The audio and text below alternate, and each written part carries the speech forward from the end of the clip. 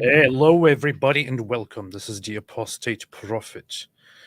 And with me today is a dear guest, whom some may know as David Wood, others may know as the Wood, and some might know as the Dizzle. And everyone knows as. Precisely. Welcome to the Screaming Goats podcast, ladies and gentlemen. The Screaming Goats podcast. Screaming Goats. Who wouldn't watch a show called the Screaming Goats podcast? We should definitely do that, man. We need a show that's called We finally got the perfect name. Yeah, the Screaming Goats podcast. Speaking of goats, so I was just preparing. I was just getting ready. I was just setting things up here, and as I was putting my laptop down, like I'm moving it around. As I was putting it down, I did something wrong here, and accidentally knocked a few things over from my desk, which I used yesterday on the screen, and they broke. I witnessed violence firsthand right here, and one of those things that broke is this Muhammad statue.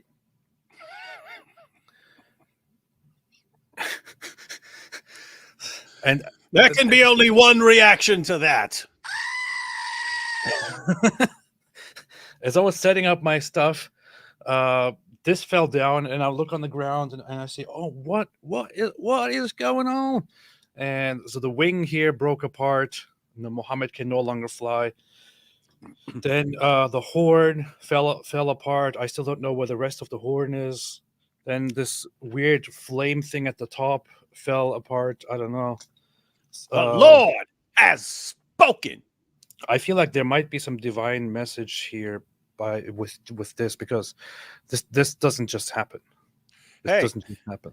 Hey, if a couple more parts fall off of it, you could say it's Allah. if the left arm falls off and you glue it onto the right side and so on, you could actually make an Allah out of that thing. That's a good point. For those wondering why I have this statue, I know people always ask. It's because this is actually a statue of Muhammad. Some people might know it as Baphomet, but it's actually Muhammad. That's what it is. For further context, I will probably explain sometime. Yeah, David, what's up? Hey, what's up? I wanted to say that it's a divine message, but you know what also happened here? Like I also had a Buddha sitting here, and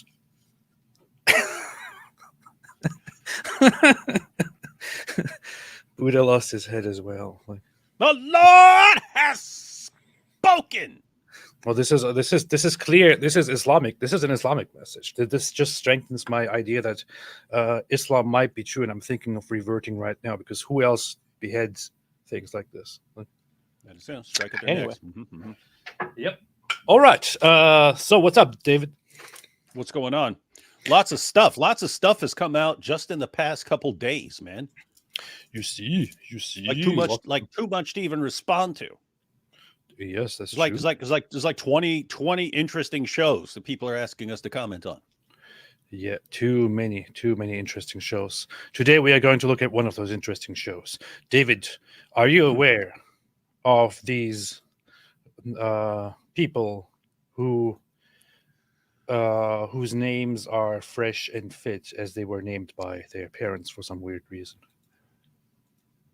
Yeah, I have to say, I've never seen anything good from these guys. The last thing I saw from that dude on the left was him freaking out because someone had like leaked a message of his partner. I forget which one's fresh and which one's fit, but someone had, that's the other dude right there on the right there. But someone had leaked, I think it was a message from him where he's telling a girl to have an abortion, and these guys are acting like they're all about, being responsible men and things like that.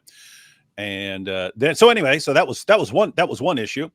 But then people called out the other dude and were telling him, hey, what's your take on this? And he gave the most epic tantrum I've ever seen. I'm talking like kids included, kids flailing around on the floor because they didn't get candy included. I've never seen a meltdown like that.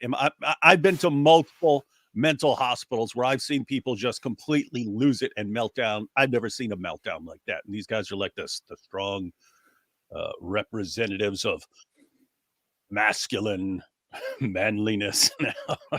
Very, very masculinity. Very course. masculine. Oh boy. We've been through hell together. You know who was around me the whole fucking time? These fucking guys. So These guys right here, man. These guys right here. Anywhere. I'm gonna stand by the guys that stand by me, because you fucking piece of shit aren't fucking there when I'm going through it. You piece of shit aren't fucking there when I'm Anyway, so yes, those are precisely the people that we're talking about. Fresh and fit. I'm not sure. I think this guy. I think his name is Myron. I know that, but Myron sounds right. Please inform me if Myron is fresh or Myron is fit and the other is fresh. I don't know. It sounds like something that you come up when you were a little child or so. Yeah. Just kept... Hey, I'll be fresh. Let's have a rap duo, and I'll be fresh and you'll be fit. Yeah, let's do that. Oh, yeah, and we'll be famous one day. Well, they did become famous, so that's one thing. It would work. Fake name said he's on cocaine. Yep. Not sure who you're talking about, me or him, because both cases it could or could not. Actually, I have never done cocaine, so just kidding. So we want to review a debate that happened between Destiny and Sulaiman. The whole thing is only 50 minutes. Well, here is the thing. This debate has 3 sections. Oh, okay. So there's more to it. So there is Islam the Future? Was October 7 a terrorist attack? And Sneeko and Age of Consent. But that's all within 50 minutes. What do you mean? No. Islam is the Future is 15 minutes long. Then was October. Yeah. No, I understand. I mean, the whole debate is a 50-minute video. What I'm saying is, like, you said 50. Okay. Yeah, 50. Okay. Yeah, what I'm saying is like sometimes like there'll be a debate and I'm assuming it's going to be like a 3 or 4 hour debate and I'm just not going to click on it unless I'm really interested in it. And this one, I didn't know if I was going to watch it, but 50 minutes I would watch it. I'm interested enough to watch a 50-minute video. Yes. So okay, that's cool. I'll probably check it out then. The stream is like 2 hours, check it out right long on Fresh and Fit's Rumble channel, but it's I think most of it is just yapping, and 50 minutes is the debate. So yeah. All right. Well, Sulaiman will fit right in with these guys. Sully boy. Sulaiman, for those who don't know, I don't know, maybe they will introduce them, but is one of the most unreliable people on the internet. He's like on the top 10 list of people with who get community noted constantly for saying the wrong stuff. He's like top 10 list. Yes, top 10 on all of Twitter for getting exposed in community notes. He's also a dude who before he focused almost entirely on declaring war against Jews. Before that, he was primarily, I mean, at least based on what I saw, he seemed to be pretty dedicated to defending Andrew Tate by harassing and digging up dirt on the victims to try to silence them and so on. Pretty slimy, evil, sick dude.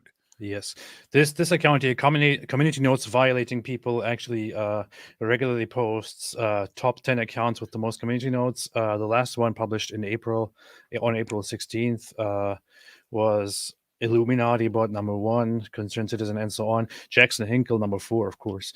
And then noticing a pattern here. Yeah, Sulaiman Ahmed here at number 9. Hey, get it together, Sulaiman. We can get you to number 1, buddy. Yeah, you need to post more lies like you've been doing. Post more. You're not even keeping up, man. You could be number 1. Number 1. Trust me, bro. It'll be the only thing you could ever possibly be number 1 at in your entire life. And the guy is just he is one of those people who don't care at all about facts, who don't care at all about truth. He's just a propagandist who just posts whatever serves his agenda, whatever whatever sounds cool or sounds good to him to support his side, whether it's true or not. And he gets community noted so many times, and he doesn't even acknowledge that he was actually wrong. He's like, "What? Okay, yeah, but I'm still right. The point still stands, and the Jews are trying to community note me." He was actually talking about how the Jews are controlling the community notes. That's funny because that's funny. Well, he of course he was saying Zionist, but we all know what they mean when they say Yeah, Zionist. we know. So he was actually, in fact, that would be a funny thing to look at while we're talking about this community notes. Let's see. I'm pretty sure that he actually. I mean, I didn't even have to look very far. And then he gets community noted on that. Yeah. Evidence community notes is Zionist controlled and targets pro-Palestinian accounts. Both the Zionist twins and I used the same image for illustrative purposes. I was community noted and he was not. This system has been completely gamed and controlled by Zionists. Now, I don't even know what the community note's going to say, but I would predict that if someone else didn't get called out for the same thing, it's probably because the algorithm picks up on Sulaiman constantly getting community noted, right? Yeah, and what happens here actually is, so this account makes a post and has in 17 hours only 336 likes, 148,000 views. The community notes haven't reached it, or not enough were made, and so on. His tweet probably had significantly higher exposure, and thereby immediately people who contribute with community notes and votes. That's why that. But he, of course, he doesn't take that into consideration. He just this is clear proof. The Jews. It's proof. Let's see. Many users. What's a community note? Many users on X can write community notes. The writing ability is assigned randomly to users who've signed up to the program. It's not controlled by anyone.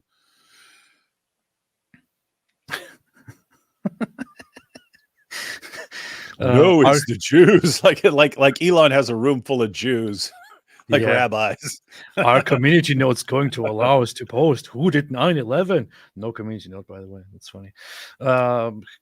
Community Israel manipulates community notes and so on. Anyway, so this guy is a complete joke.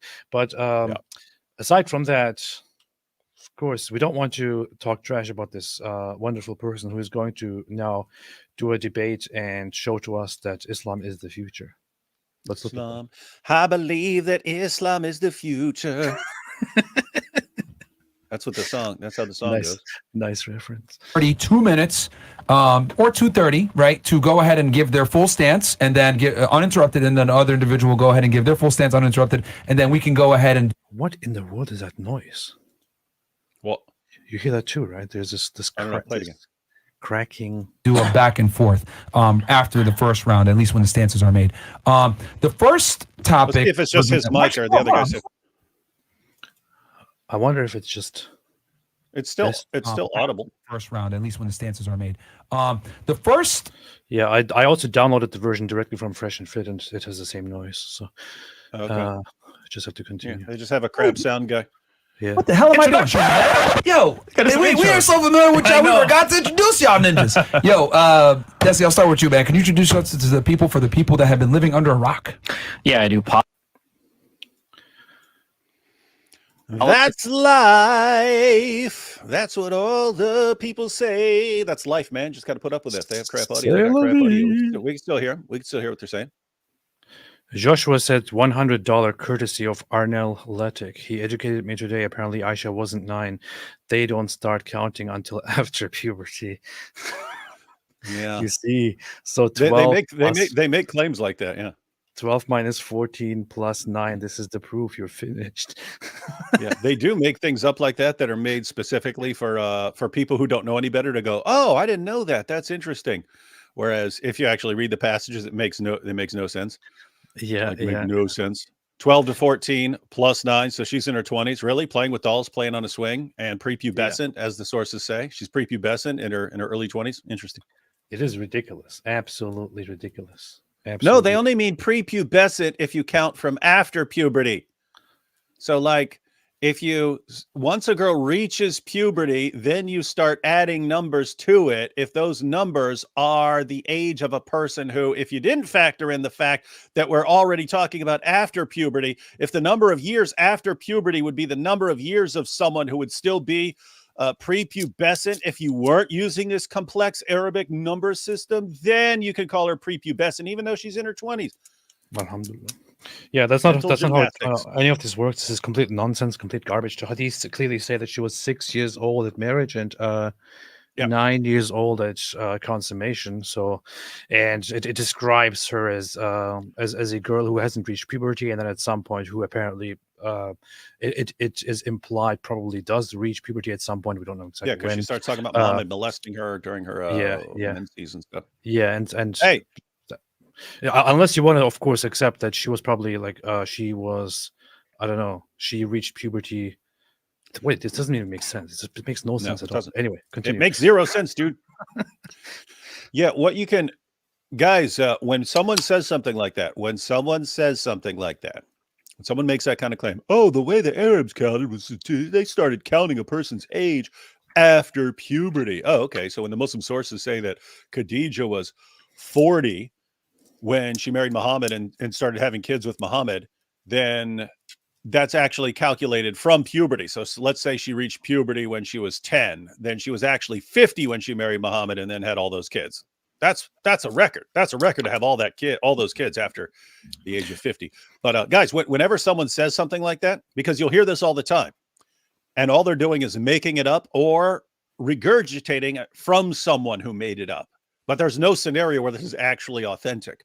And so when people say this, you don't have to argue with them. Just say, show me that. Show me proof. Show me proof. Show me.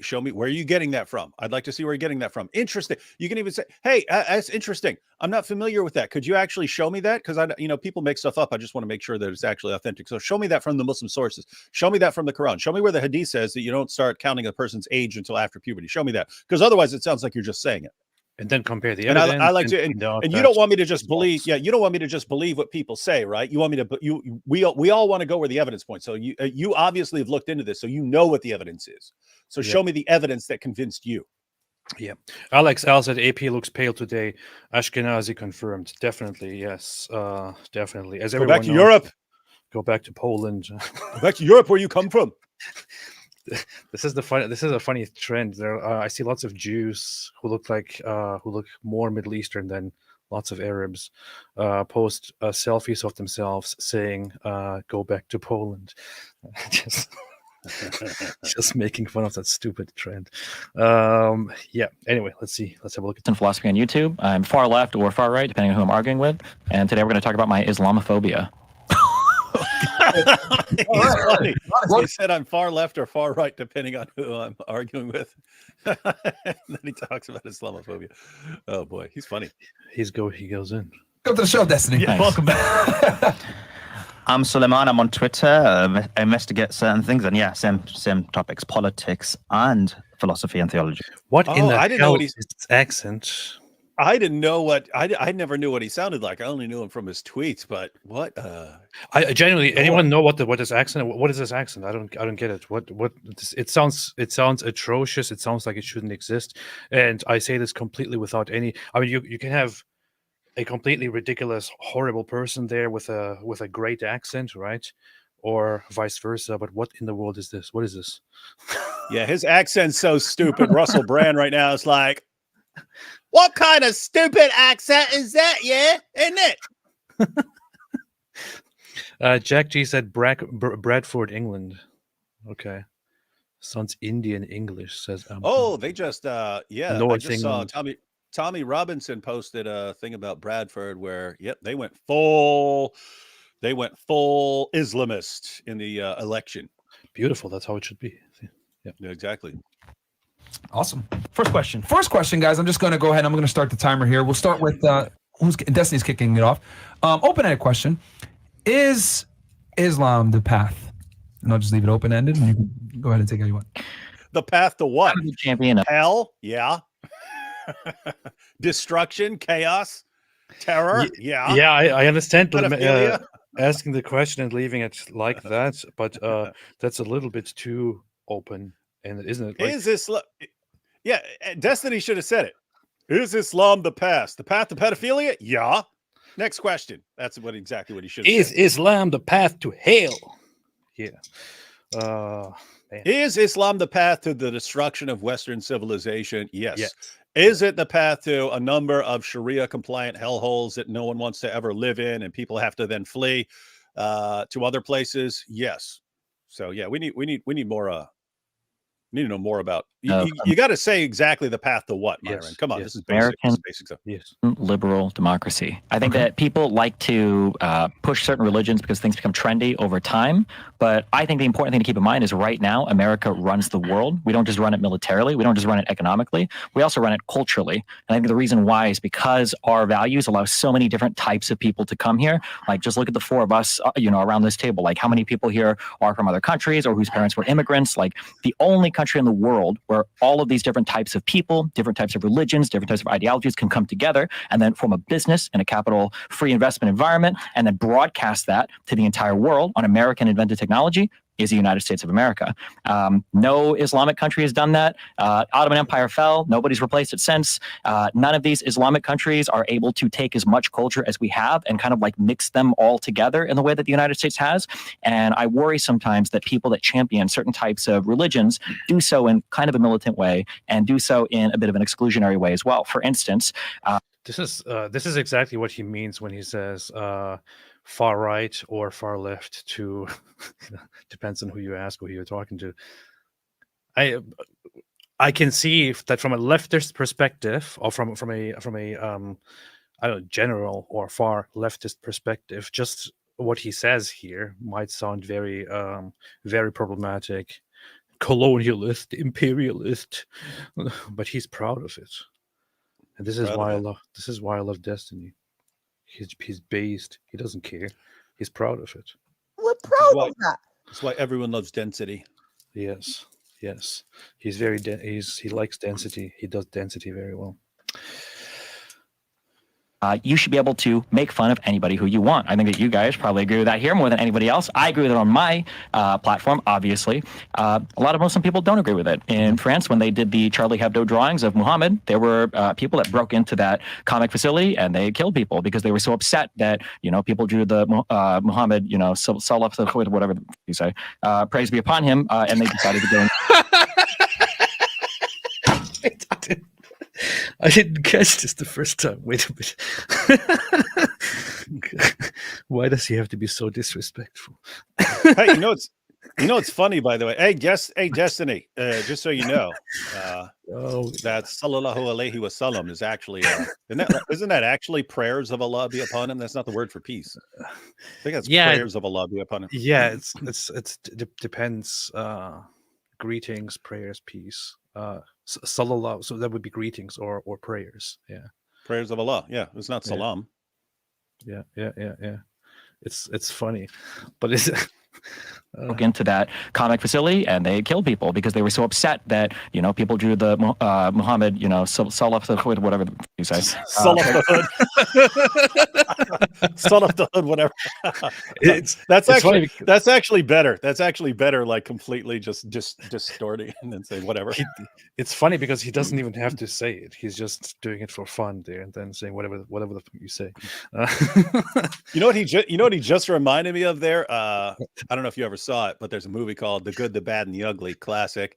So you've got Clint Eastwood movie, spaghetti western, but Eli Wallach, who's a Jew playing a Mexican, but he would do the Catholic sign because he's Catholic, but he's also like murderer, and he doesn't know exactly how it goes, so he just kind of go whenever he's doing it, he'd go on. Like that, like he didn't know actually doing it. He'd go, yeah.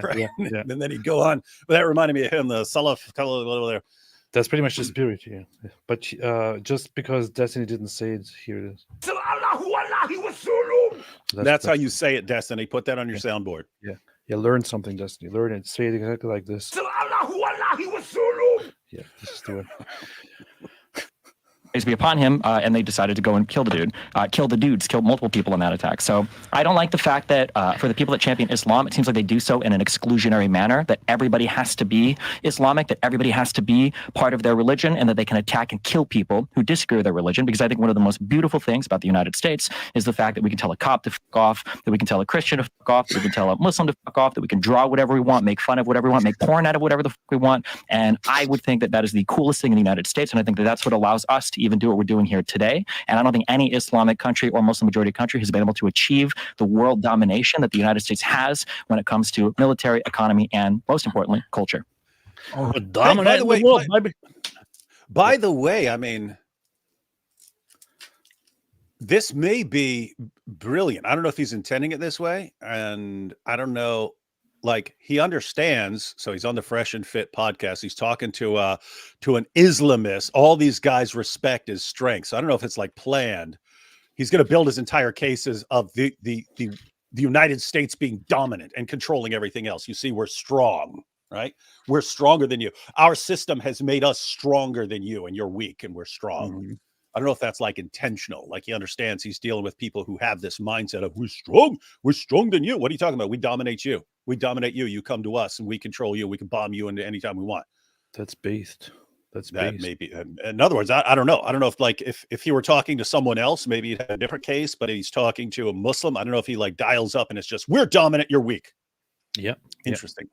But this is the right approach. It's a good approach. It's like and this is what I like about how he argues with these people, which is that he doesn't argue from a he is not submissive or defensive. He says precisely what he thinks. Where America for a reason is influential in the world, for a reason is influential in its own culture over the people who come to America. I mean, the whole world looks at America. The whole Middle East, Europe, Africa, Asia watches America, adopts culture from America, adopts ideas from America, and so on. Not just by force. There are some people who say, "Oh, America is trying to dominate us. If we do something wrong, then America will come and will occupy and all that." No, they want to do it. They want to adopt American culture. America is, and some critics or opponents call this cultural imperialism, but it is not done because America forces people to. It is done because America just has a superior culture. That's what it is. And now for Sulaiman's response. I now rest my airtight case. That was good. That was beautiful. That was beautifully spoken. Mankind's Prophet made £100 of super chat and said enough said. Thank you, Mankind's Prophet. Appreciate it very, very much. Wait, does he mean Mankind the Rustler, as in Mick Foley? Cactus Jack, Dude Love, that guy, that Mankind? Or like Mankind in general? No, he's just Mankind. Oh, okay. But here we would like to say people kind. So that's that. Based America said Assyrian Titan. Rob Dog said, yeah, that Jew mocks your faith, but I don't know what you're talking about, and I don't know if you're referring to Destiny here, but Destiny, pretty sure, is not Jewish. Yeah, that Jew. Just because he has that Jew Destiny. Just because his hair is like that doesn't mean he's Jewish. But look at him, he's Right. He's pale. He's smart and he speaks fast. That means he must be a Jew. He's smart and he speaks fast. Ben Shapiro is smart and he speaks fast. He's more intelligent. Ben Shapiro's a Jew, so Destiny must be a Jew too. Thus, following Sneeko's reasoning, if a Muslim prays with his forehead to the ground and a Christian does, then the Christian's a Muslim. Yeah, he's more intelligent than me. I'm not as intelligent. That means he's a Jew. How else do you explain this? Yeah. Right. That's 2 minutes on the dot. Okay. Thank you, Destiny. Sulaiman, I'll turn it to you, my friend. Yeah, of course. So first of all, I agree with his analysis of America, right, and American culture in current times. When he's mentioned about advancements, that's right in current times, but then obviously that's failing and it's ignoring the entire.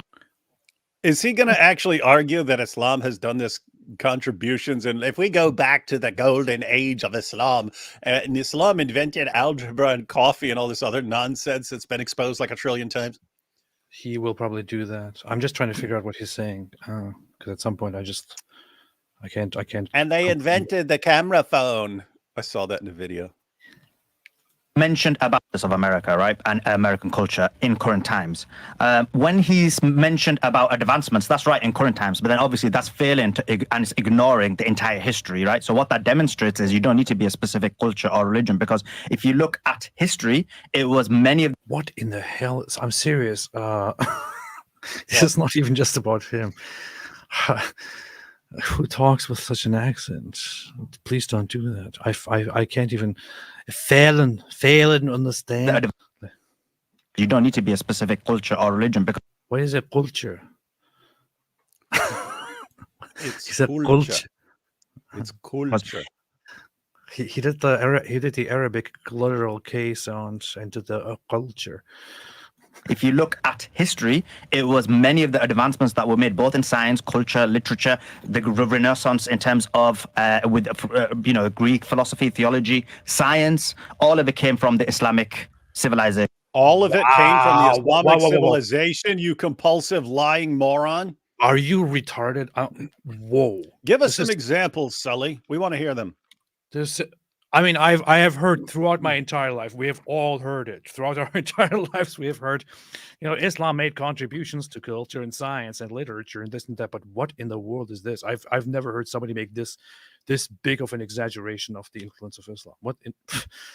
Did he just mention the Renaissance? He mentioned the Renaissance. He mentioned Greek philosophy. And let me see. What else? Obviously, that's failing and it's ignoring the entire history, right? So what that demonstrates is you don't need to be a specific culture or religion, because if you look at history, it was many of the advancements that were made both in science, culture, literature, the Renaissance in terms of Greek philosophy, theology, science. All of it came from the Islamic civilizations. So all of it came from the Islamic civilization.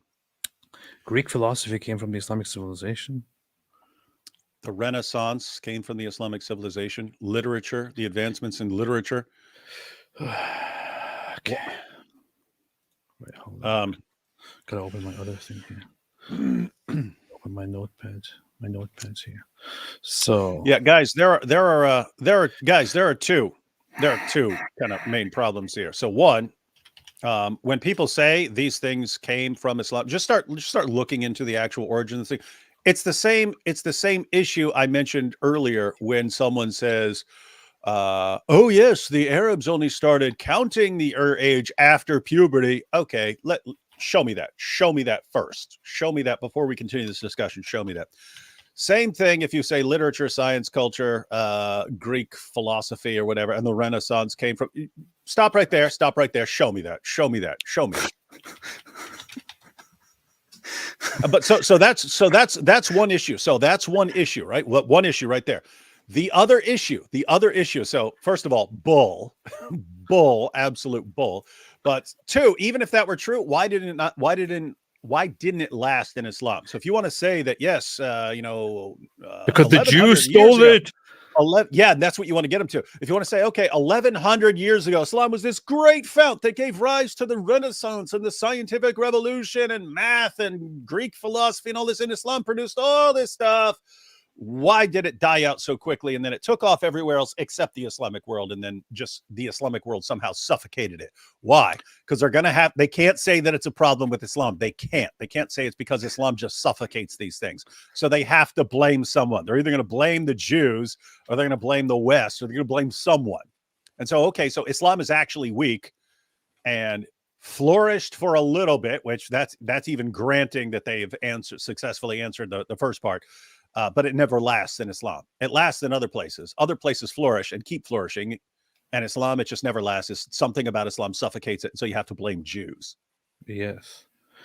And we know that Aristotle was actually Aristotle.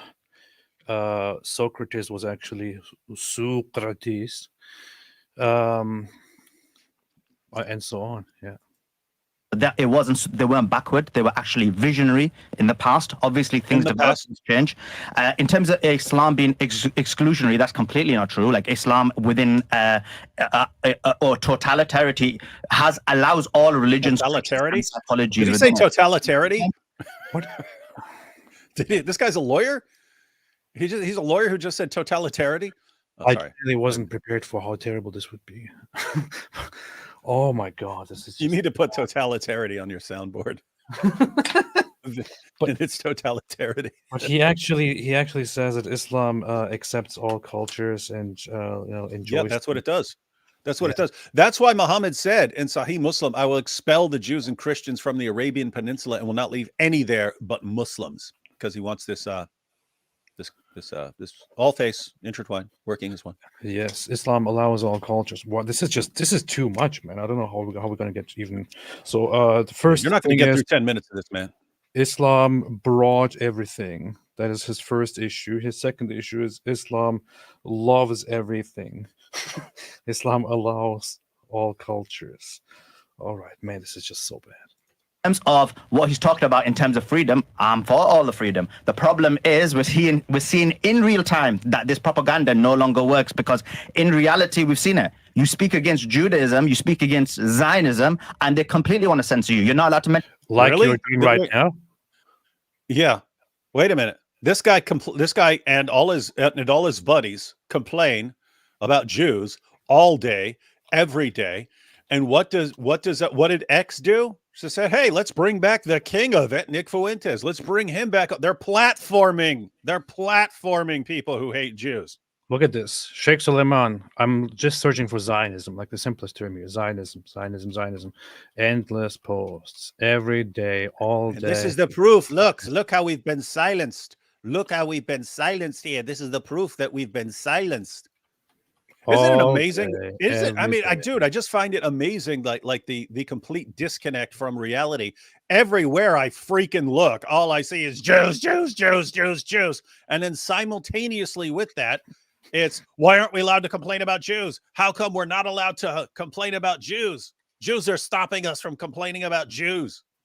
Look at this. You can actually never see these things publicly. I have secret access to all of this. All of this is censored. I have secret access to all of this because I work together with the Jews. But otherwise, whenever you criticize Jews, you get censored, and all of this is hidden by the Jews. Only I can access this right now because I have favors with the Jews. I mean, but let's be serious here. People like these, they talk all day about Jews and Judaism and Zionism and praise Islamic terrorism, praise Hamas, and so on, and nobody does anything about it. Right? But you have not just anti-Zionist, anti-Jewish memes. You have like literal Nazi propaganda on Twitter, meanwhile, and nobody does anything about it. You have them posting hook-nosed Jew cartoons. Nobody does anything about it at all. You have them making jokes and wishing for a Holocaust or denying the Holocaust. Nobody does or says anything about it. Nick Fuentes is now back on Twitter, and so on. People actually openly praise Hitler. These tweets, these posts are still there. Nobody censors it. What in the hell are you talking about, man? Yeah, they're like Sulaiman, that Dr. Loomis, whatever, Jake Shields, all the groypers spend all day, every day whining about Jews, and then again simultaneously complaining that they're not allowed to complain about Jews, and Jews are obviously controlling the system, which is why they're not allowed to do what they do all day, every day. They make posts saying, they won't let us talk about Jews. They won't let us talk about Zionists. And those posts get 60,000 likes. Not even realizing the irony right there. Yeah. Yeah, while simultaneously believing that Elon Musk actually has a room full of Jews at X headquarters that are pulling the strings on all this. Man. It's amazing. It's amazing. Like guys, if you didn't know anything else about this guy or what he represents, just hearing this, you should be like, this guy's a delusional freaking nutcase. Yes. This is just ridiculous. It's a complete lie, completely twisting the truth. It's disgusting. Mention the Holocaust in certain countries because you're going to be locked up, put in the and they completely want to censor you. You're not allowed to mention the Holocaust in certain countries because you're going to be locked up, put in the gulags. You're not allowed to right now. You can't mention the Holocaust. Which country can you not mention the Holocaust in? Gulags. Okay, he has one point here, which is, yes, there are countries which actually make it punishable or illegal to say certain things, like denying violent events against. No, he said. Didn't he say mention the Holocaust? Yeah, he did. But we know what he means. I want to know which country that is. Well, we know what he means. Like in the UK, for example, or in Germany. I mean, I know Germany very well. Germany, obviously, because of the history. Yeah, you darn right you do. If you meddle with the history and you deny the Holocaust or justify it and so on, you get in trouble with the law. So that is one real thing. But this is really his example. This is really his one. This is actually the only example that he could bring of being censored for saying something. I'm really wondering what else he will bring. Now, in the United States, you can't even do BDS in 34 states because of Zionism. So as much Bullshit. Absolutely false. So BDS boycotting Israel. He says you can't. Oh, you I can't thought it was even do it. I thought it was some weird sex stuff because I don't know what this guy's into. But every time I hear from a Dala guy, it's all golden showers and feeding each other grapes and crap like that. So I thought you can't even do this. And I'm thinking, oh, what is this weird, creepy stuff you're into that you're not allowed to do when you come to the United States? You can't even do BDSM in the United States. But no, so he's not talking about sex fetishes. What he's talking about is the BDS named Boycott, Divestment, and Sanctions Campaign, which is an organized pro-Palestinian and pro-terrorist movement to encourage people to stop buying and stop trading with Israel. However, he is lying because when he says you can't even do this in so many US states, what he actually means is not that you are not allowed to do it or that you will get in trouble with the law. What he means is that certain states in the United States have passed laws according to which if a company, for example, engages in targeted boycotts like this one, like boycotting Israel, they will lose certain rights, like government funding or tax relief and things like that. That's all there is.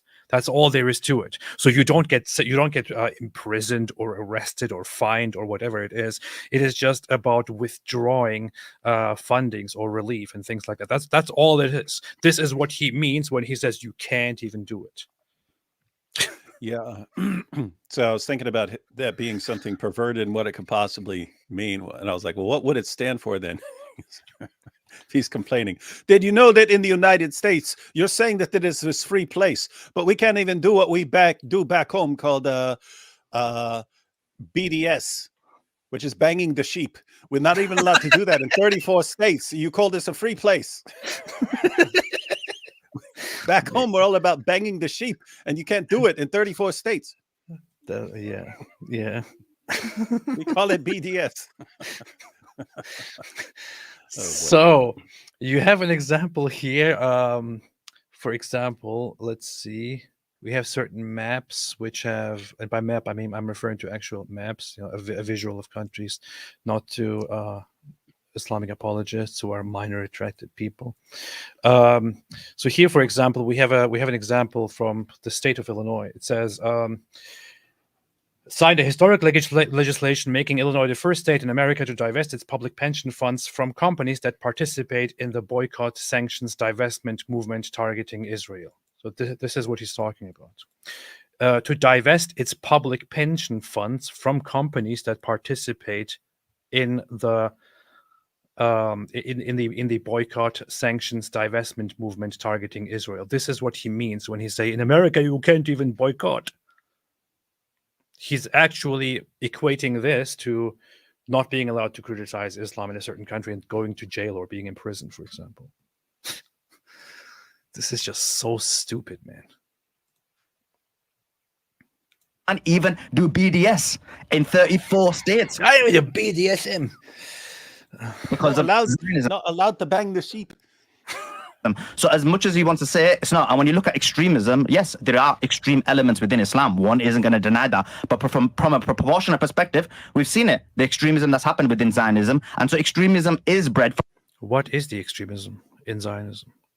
They want to live. That's extreme. We want them not to live. They say, no, we get to live. This is the extremism of Zionism.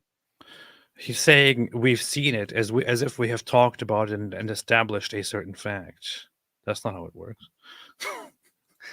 From different ideas, cultures, and it's even from atheism. We've seen the huge amount that's happened in terms of atheism. So extremism is everywhere. Now, in terms of Islam, I've got no issue with people being Muslim, Christian. They can be what they want, right? No problem whatsoever. My issue is when there's dual standards. So someone like Destiny feels pretty chill about attacking Muslims. No problem. All good. As long as you're willing to debate the ideas, right? But the same type of people basically lose their minds if you're willing to talk about Judaism. They'll call you anti. Why in the... This has nothing to do with the topic at all. And why is he talking to Destiny? Is Islam the future? And he's talking to Destiny because he's supposedly responding to Destiny's point about being free to discuss and being free to criticize and having an open society like that and so on.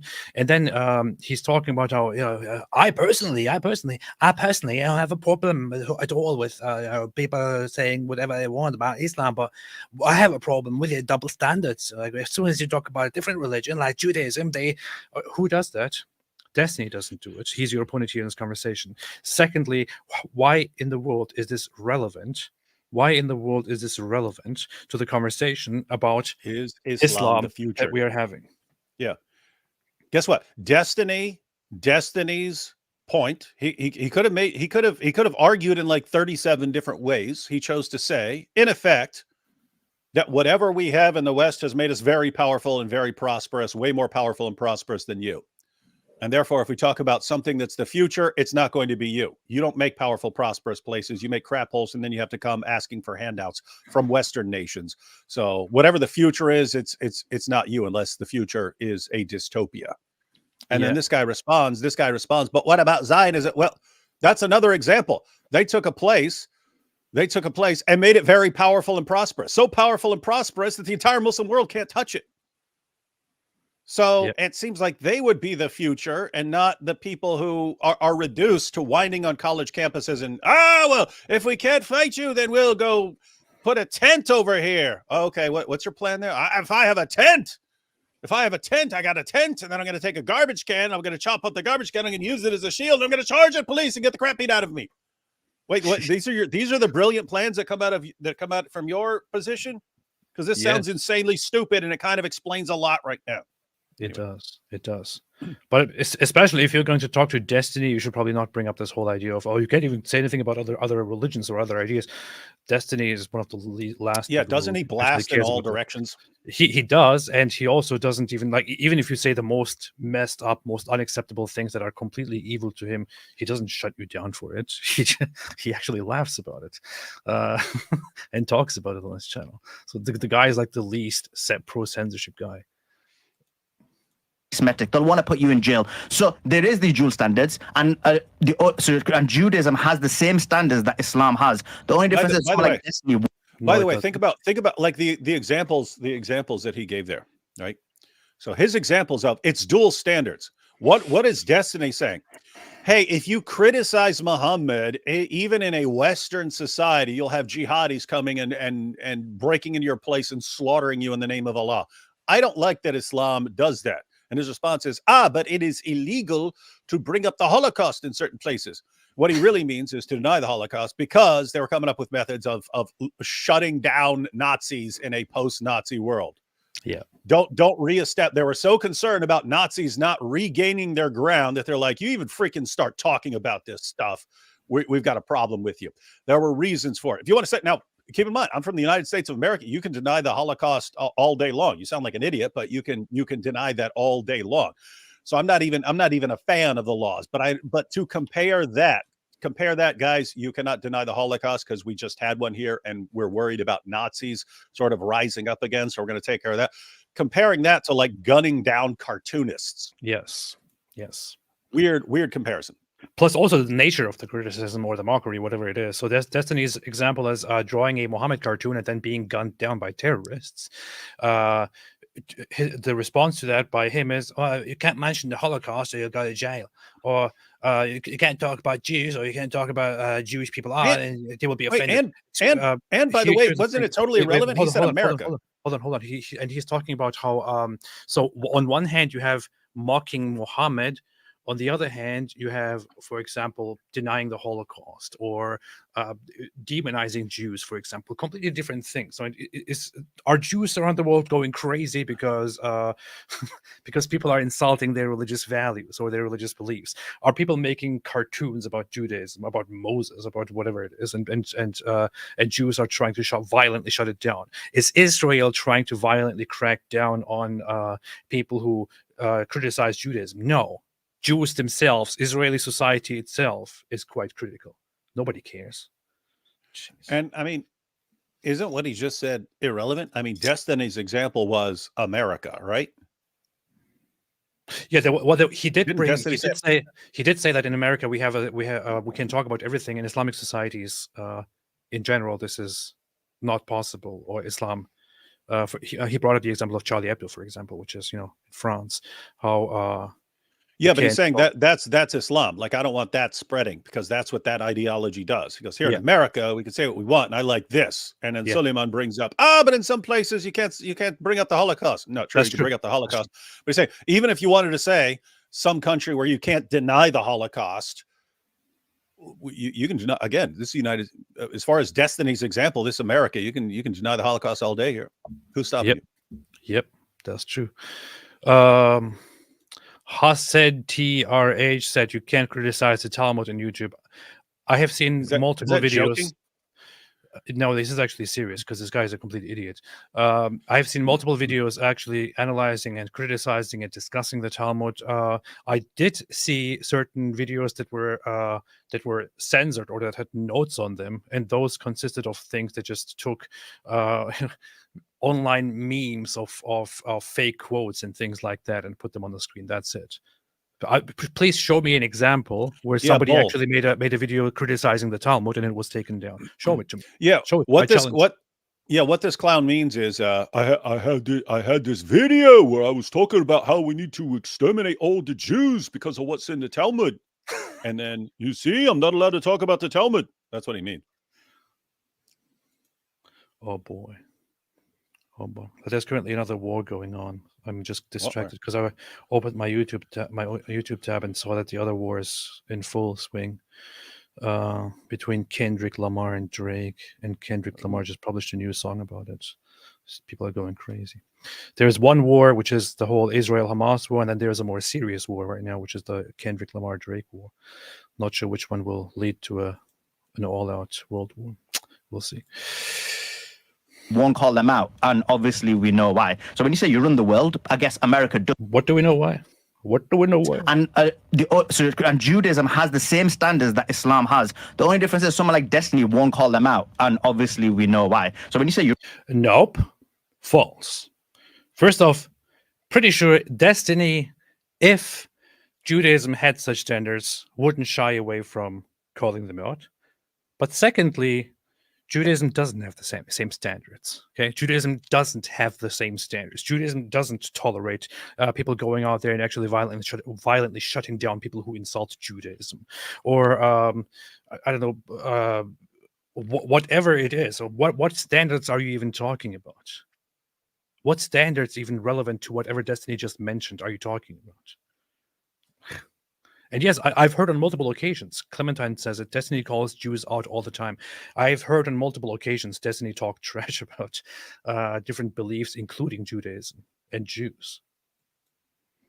This is just so stupid, man. You run the world. I guess America does from a covert perspective, but not from a covert perspective. Okay. I'll turn it over to you. Dude, did we hear one word about why Islam is the future? Nope. From Sulaiman? Nope. I mean, this is the point where Destiny could say, okay, well, I offered my case. He tried to respond a little bit and sounded stupid, but he offered absolutely no reason to think that Islam is the future. So I guess we're done here. Yep. Your response to that? Yeah, there was the Islamic Golden Age. It came and it went. We got democracy from the Greeks. We got multiculturalism, and we got former expanded governments from Romans. We got the whole industrial age from Europe. We got the age of the Catholic Church. These civilizations come and they go, and we don't go back to them. Sometimes people have a lot to contribute to the world, and then we get those things, and then the world moves on. You just never turn around and go back. If there was such an Islamic Golden Age, and if Muslims contributed so much to the world and so much to world culture, why did they lose it all? What happened to it? Why don't we see them continue to dominate today? And so far as like in the United States, you can't make fun of Nazis, or you can't make fun of I like the approach, actually. Instead of arguing against it, what he does is just let's assume it's true. What happened? And it's all in the past. So what's your point? Mm-hmm. Moving on. That's good, because it would be a complete waste of time to go into refuting that. This is smart. Jews, or you can't make fun of whatever. You can make fun of whoever you want here. The laws will protect you doing whatever. That doesn't mean they'll necessarily get hosted on any platforms. But I mean, again, like, yeah, there might be some platforms that ban you if you say certain jokes here, but there are certain countries that I go to where if I walk around with just a picture of Muhammad, I don't have to worry about getting banned. I have to worry about getting beheaded. I think there's a significant difference there. I think I'd rather be worried about Susan coming after me on YouTube than I would be about Abdel coming after me to murder me because I said something about his religion that he. Look, Myron's laughing. Myron's laughing at this. Myron is supposedly sort of a kind of a non-practicing Muslim, and he's laughing at this. And This guy doesn't I miss. don't know which one's which, but Fresh and Fit are both laughing at Destiny's point there. Mr. Borelli, Mr. Borelli, Mr. Borelli, please stop making sense. Yeah. I think he said Abdul. Abdel. Okay. Your response to that? So first of all, let's take the last one. So yeah, you may have to worry about Abdul basically being an individual who doesn't follow the rules of Islam and basically Wait, who doesn't follow the rules of Islam? You mean who's actually carrying out the rules of Islam? Yep. That's what you mean. Because Muhammad ordered his followers once he was in a position of power. He told his followers, "Hey, here's a list of people who made fun of me. Go kill them. Even if they're clinging to the Kaaba, go kill them." And Muhammad allowed vigilante justice over people insulting him. So there's that famous hadith in Sunan Abu Dawud where a man had a slave girl who was the mother of two of his children, and she made fun of Muhammad, and he stabbed her to death, and the blood ran all over one of her kids. Muhammad found out that some woman had been stabbed to death, and he said, "All right, we're going to get justice here." And the guy came forward, "But Muhammad, she made fun of you." Muhammad said, "Oh, okay, no penalty then." You forgot to So say Muhammad thought that vigilante justice over people making fun of him was perfectly good. Sulaiman here, oh, no, this is not Islamic, even though it's exactly what Muhammad taught. Very, very, very, very, very much. There is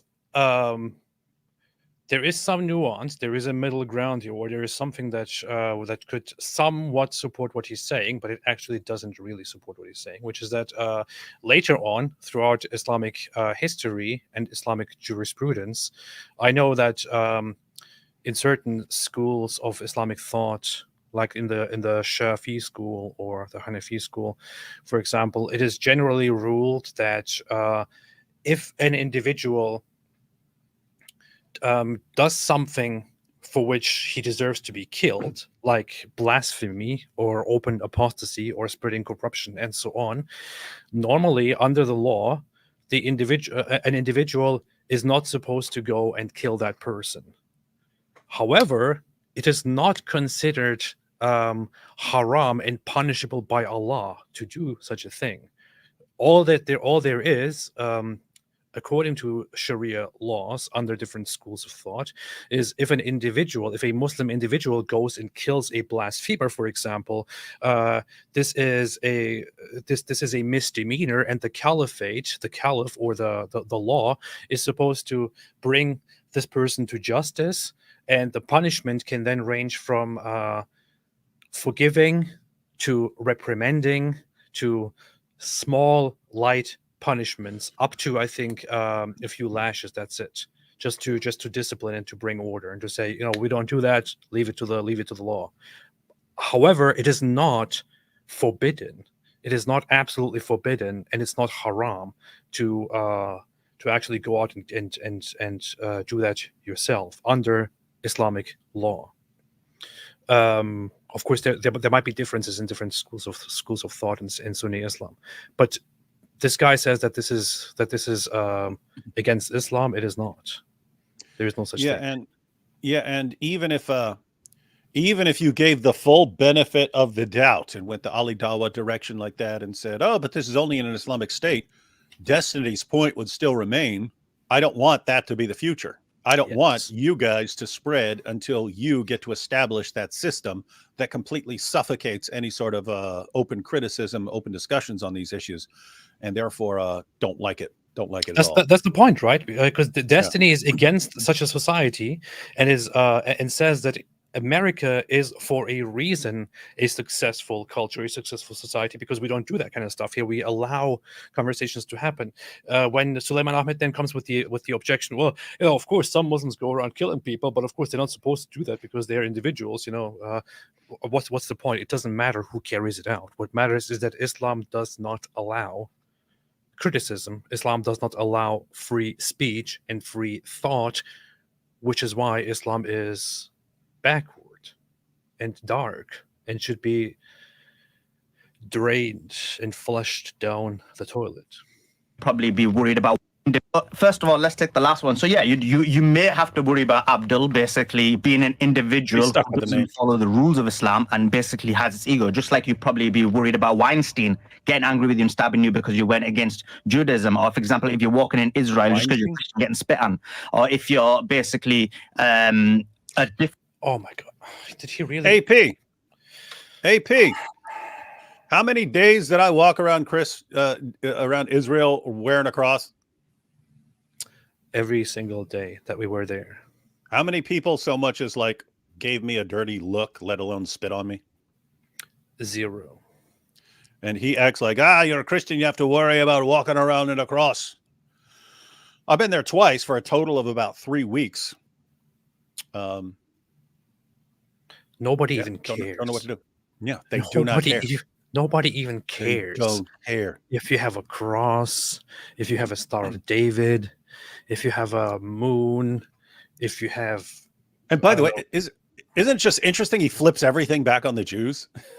Yes. Hey, yes. You guys go around chopping people's heads off, but you're not calling out the Jews for making a dangerous society where you can't walk down the street without being spit on if you're wearing a cross. And Diana said yes, but AP already said you were soaked at the end of the day, David. Don't lie. Yep, this is true. Soaked in spit. I was soaked. This is true. Spit. The other day, when I was talking to the traveling collage, I did tell him that the whole time you were, like every single day, you were full of spit in the end, and you had to take a shower and change all your clothes. Yeah, it was gross. Yeah. No, if this were actually true, you'd find all the creepy dudes with all the fetishes like Muhammad Hijab. And I mean, if he's got a urine fetish, he's probably got a spit fetish. And he's probably going to go over there and dress up like, I'm going to go wear a big cross so everyone spits upon me. I should probably clip or make a video of it. But I talked about the whole issue of people saying, oh, in Israel, the Jews, they spit on you. I talked about that before.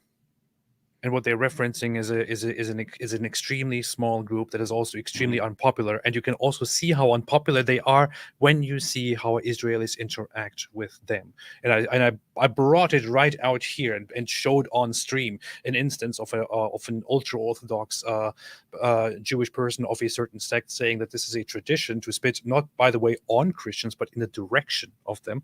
And the vast majority of Israelis say this is disgusting and abhorrent and terrible. Stop this. That's it. This is equivalent to say, I mean, why in the world wouldn't now other people look at Muslims and look at one incident of ISIS, for example, and thereby say, look, this is what Muslims do.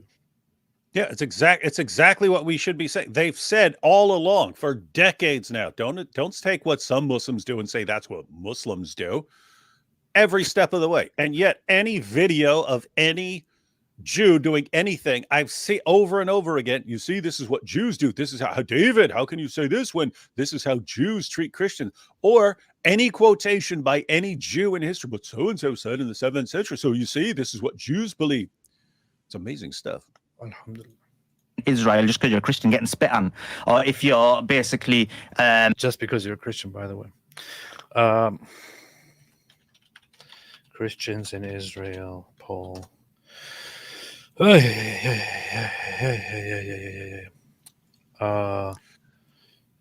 just Google it.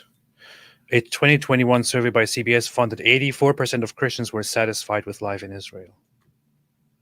But hey, ask this guy. Ask this guy how it is to be Christian. No, Christians are walking around terrified because they know they'll get spit upon. That's what I saw in a video I shared. A different religion, if you're a Muslim or Christian, being killed by Brett Weinstein or whatever the name is. So you've got this ideas in many cultures. In terms of what you said, of course, we received democracy from the Greeks, but you know how we got that information from the Greeks? It was from the Muslims.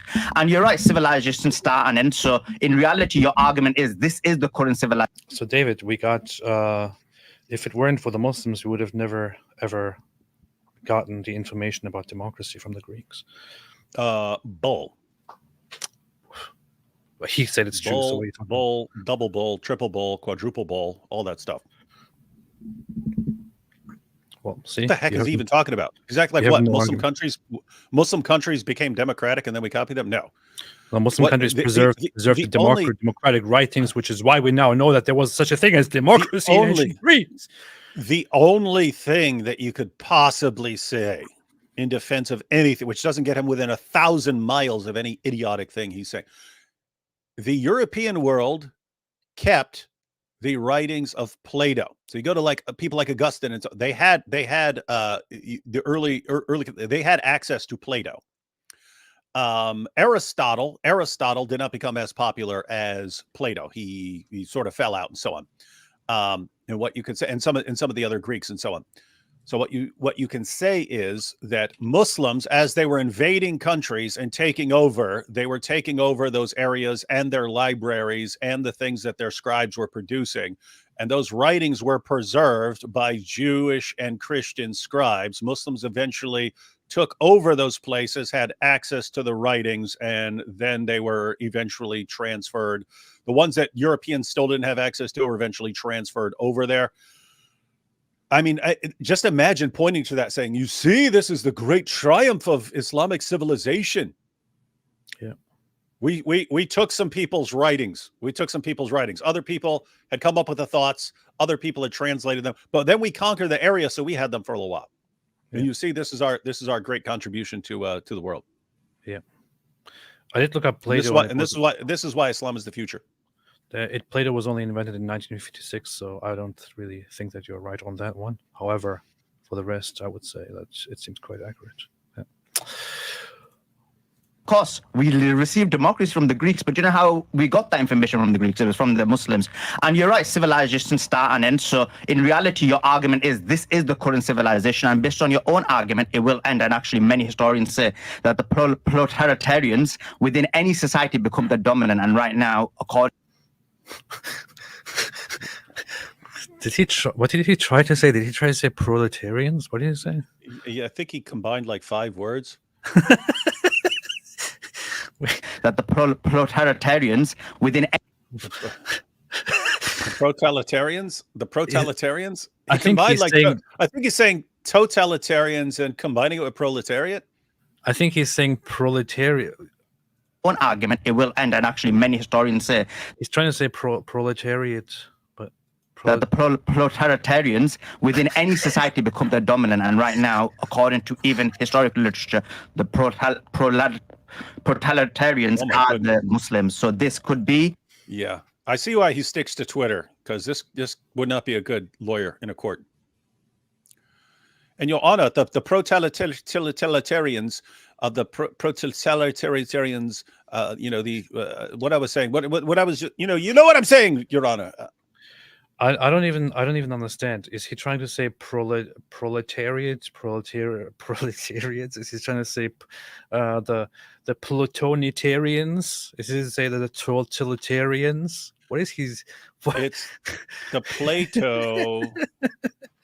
The Platotarians. Which part I wish did he you would understand? clarify.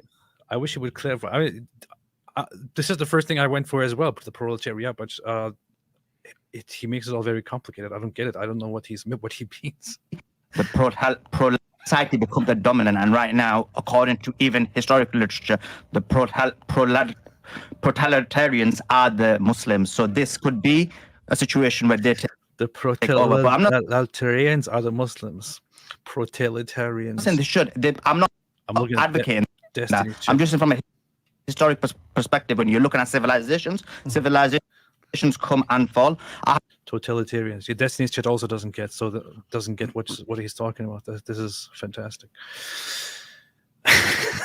You know what's crazy? What's crazy is there is a completely honest, straightforward There's a Look at this- completely Look at this comment. It just says plot of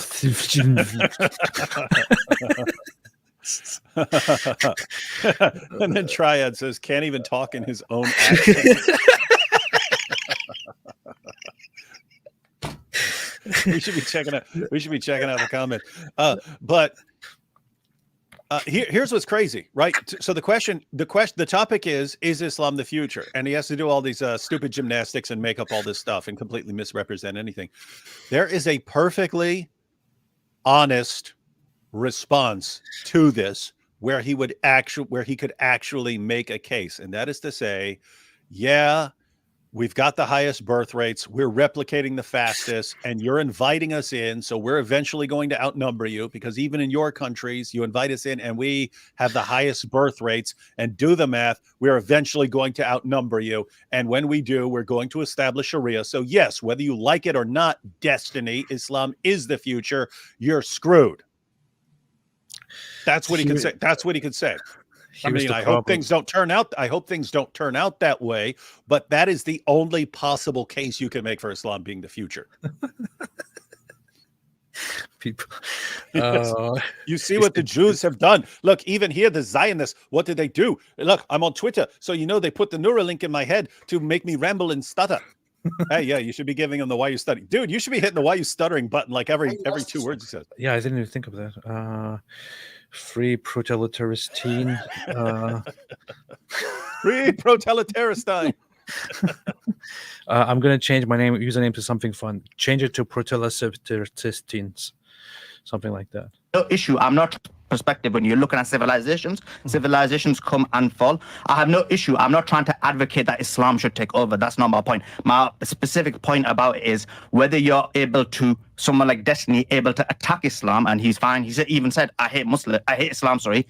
But he would never say about, I hate Judaism, even though Judaism is much more extreme. Any problem someone like him would have with Islam, I've always explained. And Sulaiman, I just want to say it's right here as well. I hate Islam. I don't hate Judaism. I hate Islam. I don't hate Christianity. Hope you're happy.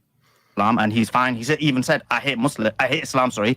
But he would never say about, I hate Judaism, even though Judaism is much more extreme. Any problem someone like him would have with Islam, I've always explained and I've always shown that Judaism is much more extreme in all aspects.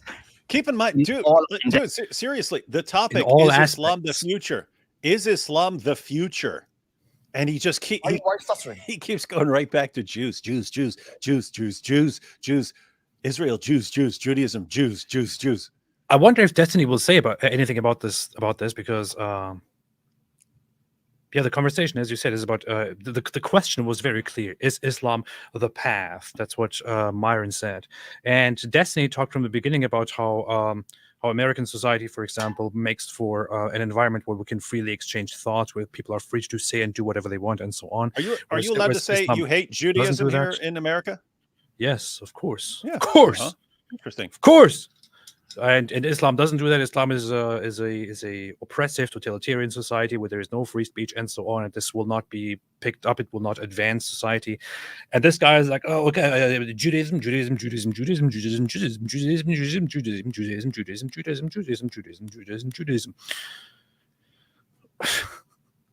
guy is just obsessed with Jews at the moment. But the other thing is also the claim that Judaism is much more extreme in every aspect. Complete nonsense. Okay, yeah, that's idiotic. Complete nonsense. And I will challenge anyone to debate me on that. I will destroy. Do you agree to debate? Would you agree to debate Sully himself right here? Either on it could be on Modern Day Debate, or I'd be happy to host. Anyone who's ever said, "Oh, but you're biased." Anyone who's ever seen me moderate, I do not. I stick to the time limits. I don't interject my ideas. I say, "Okay, now it's your turn. Go." Now it's your turn. Go. So we can do this easily right here. Sulaiman, doors open. Doors open. You have an open invitation to debate the Apostate Prophet on this issue. I don't think he will, because he will crush you. Is Judaism more extreme than Islam in every way? Yes or no? I'm happy. I'm waiting here for the debate, and I only have one thing to say. You're finished already. Look at me. You know you're done. Coward ain't gonna show up. Devas. So yeah, in terms of YouTube being banned, so yeah, you can deplatform someone, you could take someone's voice away. That's one aspect. But also we've seen the genocidal nature of extremist regimes, whether it comes from all religions or no religions, and we've seen that in real time right now. Again, what in the world does it have to do with the topic? Yeah. Hey, you shouldn't have a problem with Islamic genocide because other groups have done genocide too. Everyone's doing it, Mom. Everyone's doing the genocide. So what's your problem with Islam doing it too? Everyone else is doing it. Everyone's doing it. All my friends are doing the same thing. I want to do it too. It's not a problem if everyone's doing it. Yeah. What's that follow-up And question? just a final point. Just a final point. There's a reason why we're on YouTube discussing this right now, and we're going to be talking about Zionism in Rumble. So that says it all. Okay. Can I'll I let you. real Yeah, quick? please Yeah, go ahead just and real then quick. I'll Like, follow the question. I mean, I'll shit on Judaism, but the problem is not many people care. If I go online and I start talking about like, Jewish people like bite off foreskins or some shit when they circumcise kids, like every Jewish friend I have or every Jewish guy online will be like, yeah, that's pretty weird. We don't really do that much anymore. Yeah. Like, that's what everybody will say. If I go online, I talk about like marrying or fucking 9-year-olds, or if I do like, here's a funny picture of Muhammad, AI generated, I've got like 5 million death threats in my inbox. It's not even remotely close. Yeah. And that is, we've talked about this before as far as Destiny sort of zeroing in on like the most important feature, right? Suppose there's that group that goes around spitting on Christians. If for some reason they became very popular and expanded globally to where they're going around the world spitting on Christians everywhere they go, yeah, then I'd really, really, really have a problem with it. Keep in mind, I have a problem with it even in Israel. It's just like when I'm thinking about the list of things that I'm concerned about for me and my family and so on. Jihadis taking over and wanting to slaughter unbelievers in the name of Allah, pretty high up there on the list of things to be focused on. A hyper orthodox sect of Jews who spits in the direction of Christians and that most other Jews think is disgusting. Not very high up on my list of concerns. And so, but Destiny brought it up right there. Okay, Judaism. He doesn't agree with Judaism. He'd have all kinds of disagreements with Judaism. But if he's thinking about things that are going to affect him and affect the future of the world and like destroy society, Judaism isn't doing it. When is Judaism going to come and like destroy Western civilization? Not going to happen. Not now, ever. Is Islam, as far as the things that could potentially destroy Western civilization, one, you need factors inside, things that are weakening Western civilization from within. Two, you need something to come from outside and take advantage of that. Islam is pretty high up on the list of things that actually have the potential to do that. So what are you going to focus on? Jews, they spit. Holy said, when is David Wood going to make another debate with Mr. Elijah? God is with us. Tomorrow, right? We already just said if any of these guys want to debate, we're here. Yes. Yeshua the King said, please educate Destiny on Islam. Pretty sure Destiny can educate himself very well on Islam, but I will have a chat with him probably this week sometime. Sam K said some jizya for David Quds and Apostate Rabbi. Alhamdulillah. Thank you so much. Jace the Shepherd said, David, can you do a Myron impression? Also, Jesus is Lord. No, I can't do it. I can't even think about what he sounds like right now. Just cry. It's the same. I have to listen to people for a while, and I'll eventually kind of pick up on the cadence of their voice and so on. But I can't in my head right now. I can't even think of what this guy sounds like. On the Laugh with Nigerian Perspective today, she was 9 years old guy was arguing for some conspiracies about Jews, and Frank tried to reason with him. He seems like a nice, genuine dude, just a bit misguided. Really? Oh, well, tell him to join us. We'll straighten him out. Yeah, I will humiliate him. Katrina Flame said, David, Rationality Rules is coming after you too. LOL. Looks like the atheist like you. Oh yeah, did you see that? Rationality Rules. Yes, I mean I saw it pop up in my feed. Rationality Rules, I don't think I've ever actually watched a video. There was one I wanted to use a while back, and I can't remember what it was about. Was it about Islam or something like this, or some other guy? Yeah, I've never seen a video by him, but yeah, I find it interesting because there was who was the guy who like a month ago posted a long video about me? Who was that? We've had him on before. What account was that? Oh, that The was blonde-haired dude. The blonde-haired dude. Derek Myth Vision. Yeah. Myth Vision. Yeah, so Myth Vision came at me. Still haven't checked that out. That one's long though. I think the Rationality Rules one is shorter and more manageable. But I think these are the guys who realize the tide is turning and people are starting to realize that all this nonsense they were spouting years ago is actually not working out, and they're trying to they're getting desperate like the Dawa guys. That's my perspective. I don't know. I haven't listened to what they said. But we will. It's just not the time. Guys, if you learned nothing from the movie Gladiator, remember the story about the sea snake that sits there calmly while things are nipping at it and waits. It waits. It waits. Why are you taking everything as an offense? Maybe the guy was just trying to exercise some proper criticism. it was on the thumbnail or the title or something like this. The worst apologist ever, or something like that. Oh yeah. That's awesome. Said, I think you missed my last dono. Can you please read it? I don't see any last dono here. Oh yeah, I where's the actually dono? do. Said, I live in Hamburg. There was a big Islamist protest. I was finally able to talk to my co-workers about Islam and tell them how dangerous it is and just spill my knowledge about Islam. Alhamdulillah. Very, very, very nice. Very nicely done. That is the protest actually that we talked about recently. That was in Hamburg, where a group that is tied to Hizb ut-Tahrir actually went organized and supposedly protested against media bias against Islam, but they were carrying signs of how caliphate is the solution and things like that. And I mean, fantastic job by those people, by the way, because the reactions haven't been very pretty. Yeah, and by the way, DKDKKDKS, you did that exactly correctly, right? Well done. Because I don't know how things are in Germany. I'm assuming it's similar to other countries in terms of people have spent years telling politicians and journalists had probably been telling people for years Islam's this wonderful thing, and anyone who objects to it is obviously an Islamophobic, racist bigot, and so on. And people have been brainwashed by that. And probably, I'm guessing that these are situations when they're going, "Oh, we're going to establish the caliphate and take over Germany," when people are going, wait a minute, this isn't what I was told it was.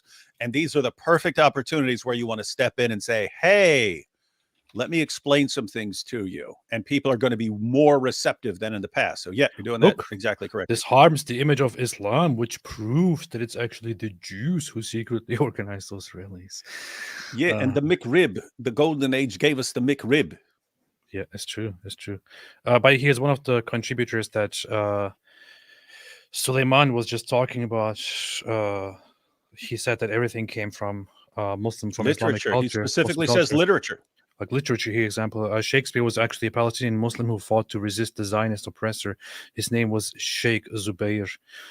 Of course, the Zionists and evil West stole all his work and changed it up to erase Palestinian history. But this is just proof that Sulaiman is totally right here.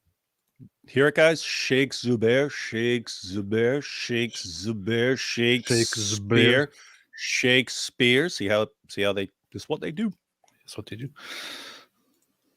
Pretend that like we're just as worried about a Weinstein stabbing you for being Christian as we would be about Jewish. Like a Muhammad beheading you for being Christian or Jewish. But I mean, where are all of the Muslims trying to immigrate to? And where are all of the Christians and Jews going? I don't see this reverse, like Christians and Jews feeling like they can find safe havens in these Arab majority Muslim countries. I do see a lot of Muslims from those countries trying to go to Europe and trying to go to the United States. And I think there's a reason for that. Okay. He will probably say the reason is that the West is treating the Muslim world unfair and there are bombs and stuff like that, some garbage. The reason is because the West absorbed all the good ideas of Islam, and then the Muslim world forgot about them because of the Jews. And that's why. It's because the West eats all the good stuff that they find in Islamic society, and then they poop it out on the Islamic society itself after eating it. That's why this is happening. Let's see. So just go ahead. So the first thing is, yes, you would be banned in all forms of social media if you said Jews try to basically bite the foreskin. I mean, Lucas Gage is a mad tweeted this. Are you freaking kidding? He said he's tweeted that. He just said he's tweeted that. I see that all the time. I see that all the time. I see all kinds of crazy stuff about Jews. What are you talking about, man?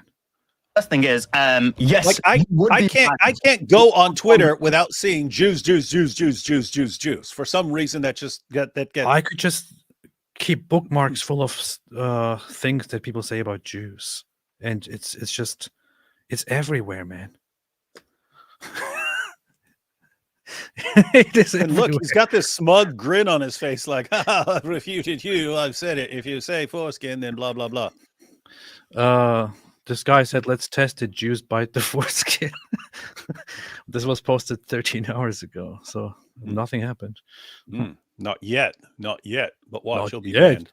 This is what they want. They want you to check early and see that nothing happens, and later, when nobody looks, they want to ban you. I mean, I'm just searching for it and seeing endless amounts of tweets saying similar things, and nobody is getting banned. These accounts are all there. This is just, see, you can't have an honest conversation with people like these, because they lie. They deflect and they lie. Media, if you said Jews try to basically bite the foreskin. I mean, Lucas Gage is a tweeted this out before. Lucas Gage is a prime example of someone who calls Jews out and completely is banned. So you would. Lucas Cage is not somebody who just calls Jews out and gets banned. I'm pretty sure that Lucas Cage is the one who actually advocated for fighting and putting an end to the Jews, or justifying the Holocaust or something like that. And by the way, he's back. Pretty sure he's back. But if I actually looked for what got him banned, I could look at it. But look at this. This is the example. Dude. This is the example that he brings. This guy is the example of someone he brings up who is banned just for calling out the Jews. Yep. He said something about foreskins and he got banned. This person is the one that Sulaiman Ahmed here mentions as an example of somebody who gets banned just because he calls out the Jews. Just because he calls out the Jews. Here the tweet says, "Raise your hand if you have been trying to warn everyone about the Jews, but everyone thought you were crazy until now," with Hitler having his hand raised. I think this is his other account, but you could go into the history of posts by Lucas Cage, who is actually a full-blown neo-Nazi who praises the Nazis and Hitler and thinks Jews are behind every bad thing in the world, and there is a reason why they were massacred and so on. This is the guy that Sulaiman Ahmed takes as an example that people are being censored just because they call out Jews. Yeah, I'm just looking through Twitter. There are endless comments like this. Yeah. Rabbis suck the blood off a young boy's foreskin. F the Jews. The Zionist regime of Israel, in fact, is a terrorist organization. It's endless. Aren't rabbis, by the way, aren't rabbis pedophiles who bite little male foreskins off? I don't see anyone talking about this enough. Look at this. Lucas Cage, 256,000 followers. Is this hateful conduct? Post about Hitler. Hitler. The Gaza genocide is worse than the Holocaust. By the way, the Gaza genocide is worse than the Holocaust. Let's just look at for a second. Nothing to do with the point, but at how ridiculous this idiotic idea here is. Holocaust was literally a targeted, concentrated killing of millions of people. It took the lives of a third of the Jewish population. 6 million people were killed, and he compares this to this Gaza genocide, which is where so far, according to the numbers, according to the speculations, around 1% or so of the Gazan population, many of whom support or actively participate in Hamas activities, have died. He thinks these are the same. He thinks that is actually worse than the Holocaust. Then he reposts Keith Woods, who is an Irish Nazi. Where's the hateful conduct? Just a picture of a dead dictator with his hands up. LOL. Of course, yeah, very funny. So this is the guy posting Nick Griffin, who is also a Jew-hating neo-Nazi, and so on. This is the guy that he's talking about. This guy's still on Twitter, right? Yeah, he's right here. Okay, so this guy's on Twitter posting this stuff day in, day out, all day, every day, Every posting day. his Nazi stuff. Every day. And Sulaiman is comparing this to Muslims slaughtering people who make a cartoon about their prophet? Yes.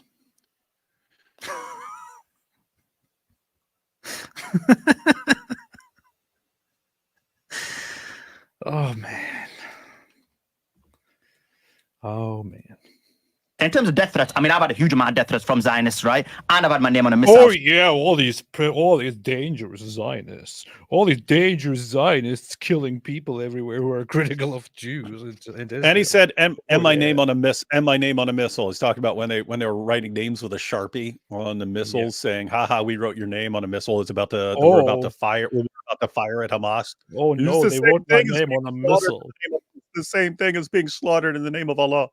Oh no, they wrote my name on a missile which they fired at Hamas. This is the same as being killed. I'm actually in a worse position than the cartoonists of Charlie Hebdo. Why is nobody talking about me? So let's not pretend that this is only happening one way, right? And proportionally, there's 2 billion Muslims. There's only a small number of Jews, and yeah, the death threats are disproportionate. Yes, and the Holocaust, by the way, didn't help with that. And neither did the treatment of Muslims, especially over the last 2 centuries toward Jews. In terms of when you talk about Marinaro, is someone like you as an example that you would be willing to mention that? And again, you probably, and I know you don't know the epistemology and the hermeneutics behind that argument.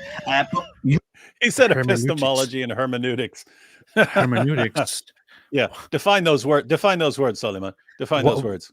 The epistemology and hermeneutics of what exactly? What is he? I don't know. Nothing. I think that's what I mean. I think he just used big words to sound smart there. Muslims. There's only a small number of Jews, and yeah, the death threats are disproportionate.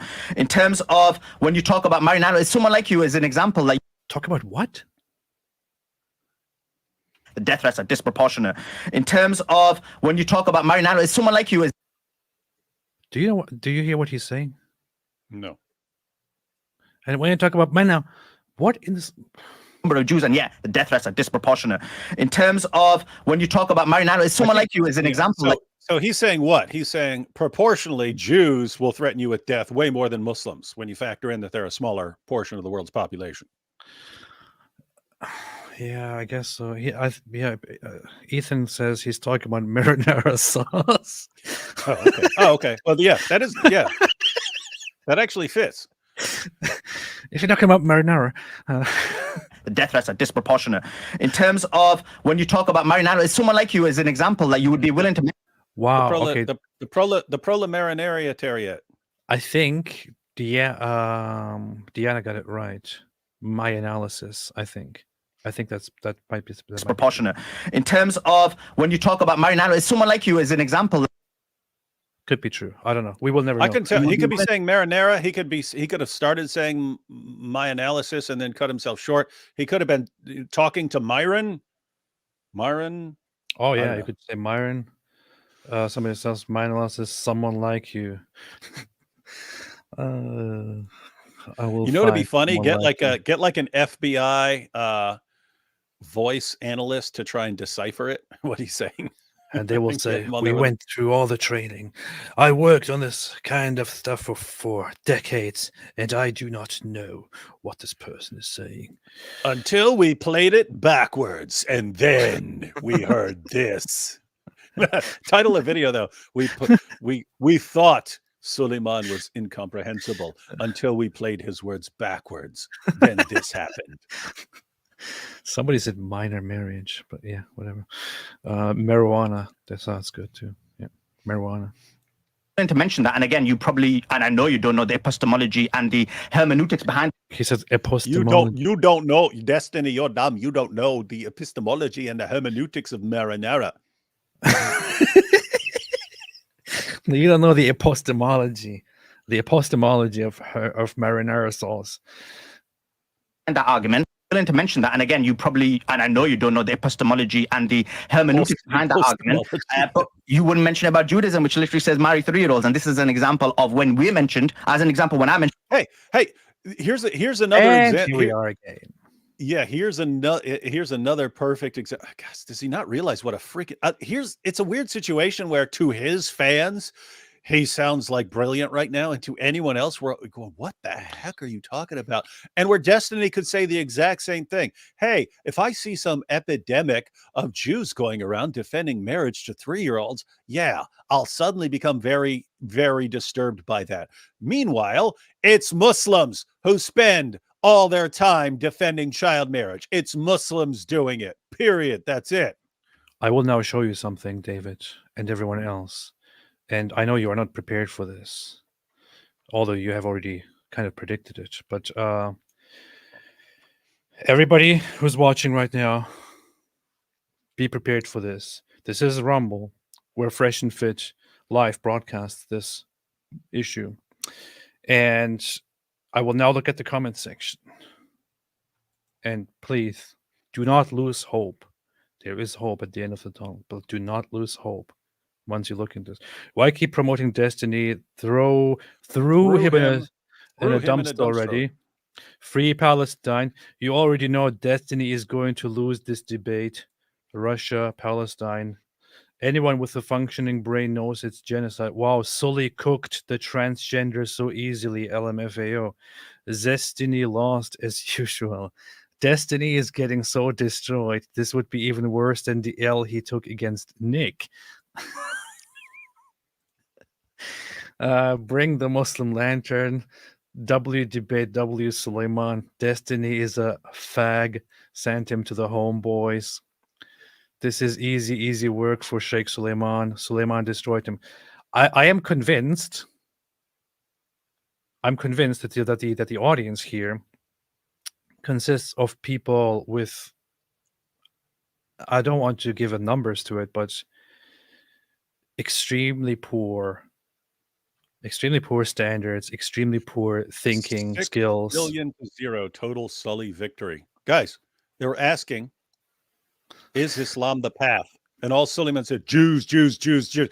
It's apparently that's all you have to do from it with that crowd. The topic could be anything. Is 2 + 2 4? What about the Jews? Oh, burn. Oh, you win the debate. You complain about Jews. This is what we're dealing with. And when I see stuff like this, I think, what's even the point? What is even the point? When Sulaiman, Aisha wasn't 9. What's even the point of arguing with people like these? You can bring any fact to the table. You can't convince people who are significantly below the mental capacity that this requires. I mean, I would say Destiny here is, I don't know. Wouldn't mention about Judaism, which literally says marry 3-year-olds, and this is an example of when. All right, he brought this up. He said he did mention Judaism. Of course, he goes to Judaism again. Nothing to do with the topic, but he goes to Judaism again, and he says Judaism says marry 3-year-olds. That's what he just said. We mentioned, but you wouldn't mention about Judaism, which literally says marry 3-year-olds, and this is an example of when. Judaism doesn't say marry 3-year-olds. No.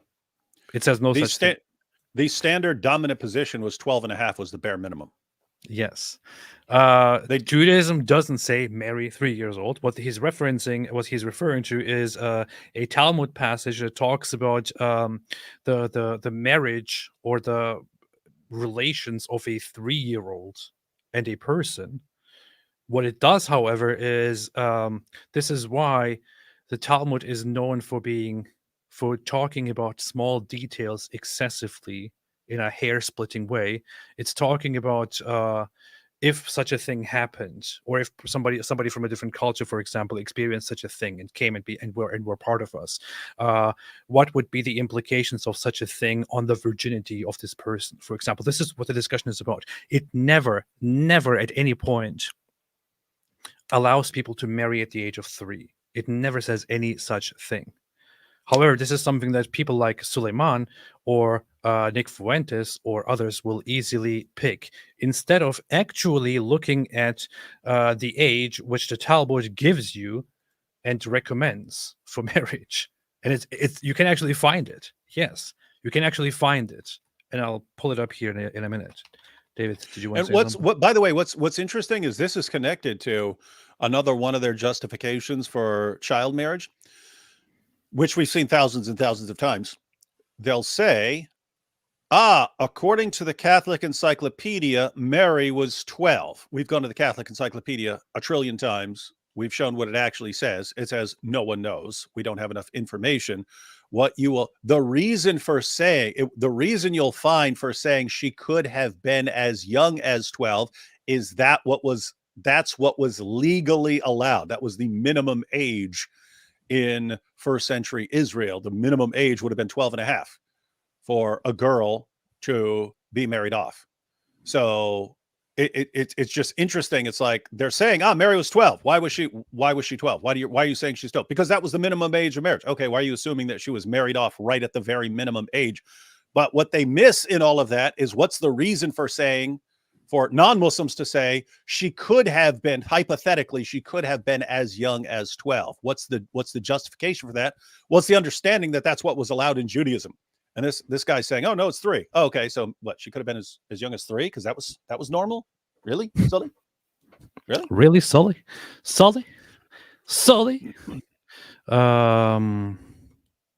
I posted about that a while back. Need to find that. If somebody knows the reference, I have those things saved somewhere. But it actually explicitly says at this age, this, at this age, this, at this age, marriage, at this age, so and so, and so on. This is what the Talmud directly says. At age 18, there are 2 passages which say that according to one, it could be as early as 12, and then there is another which gives the ideal age of marriage, I believe, to at the age of 18 or something like that.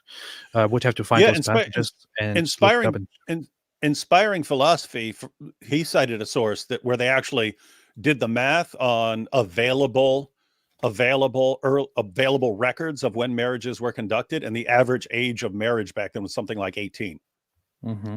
Yeah, and so it's just interesting that when Muslims are trying to defend Muhammad having sex with a 9-year-old, they say, but Mary was 12, when the claim is actually that she could have been as young as 12 based on what was allowed at the time.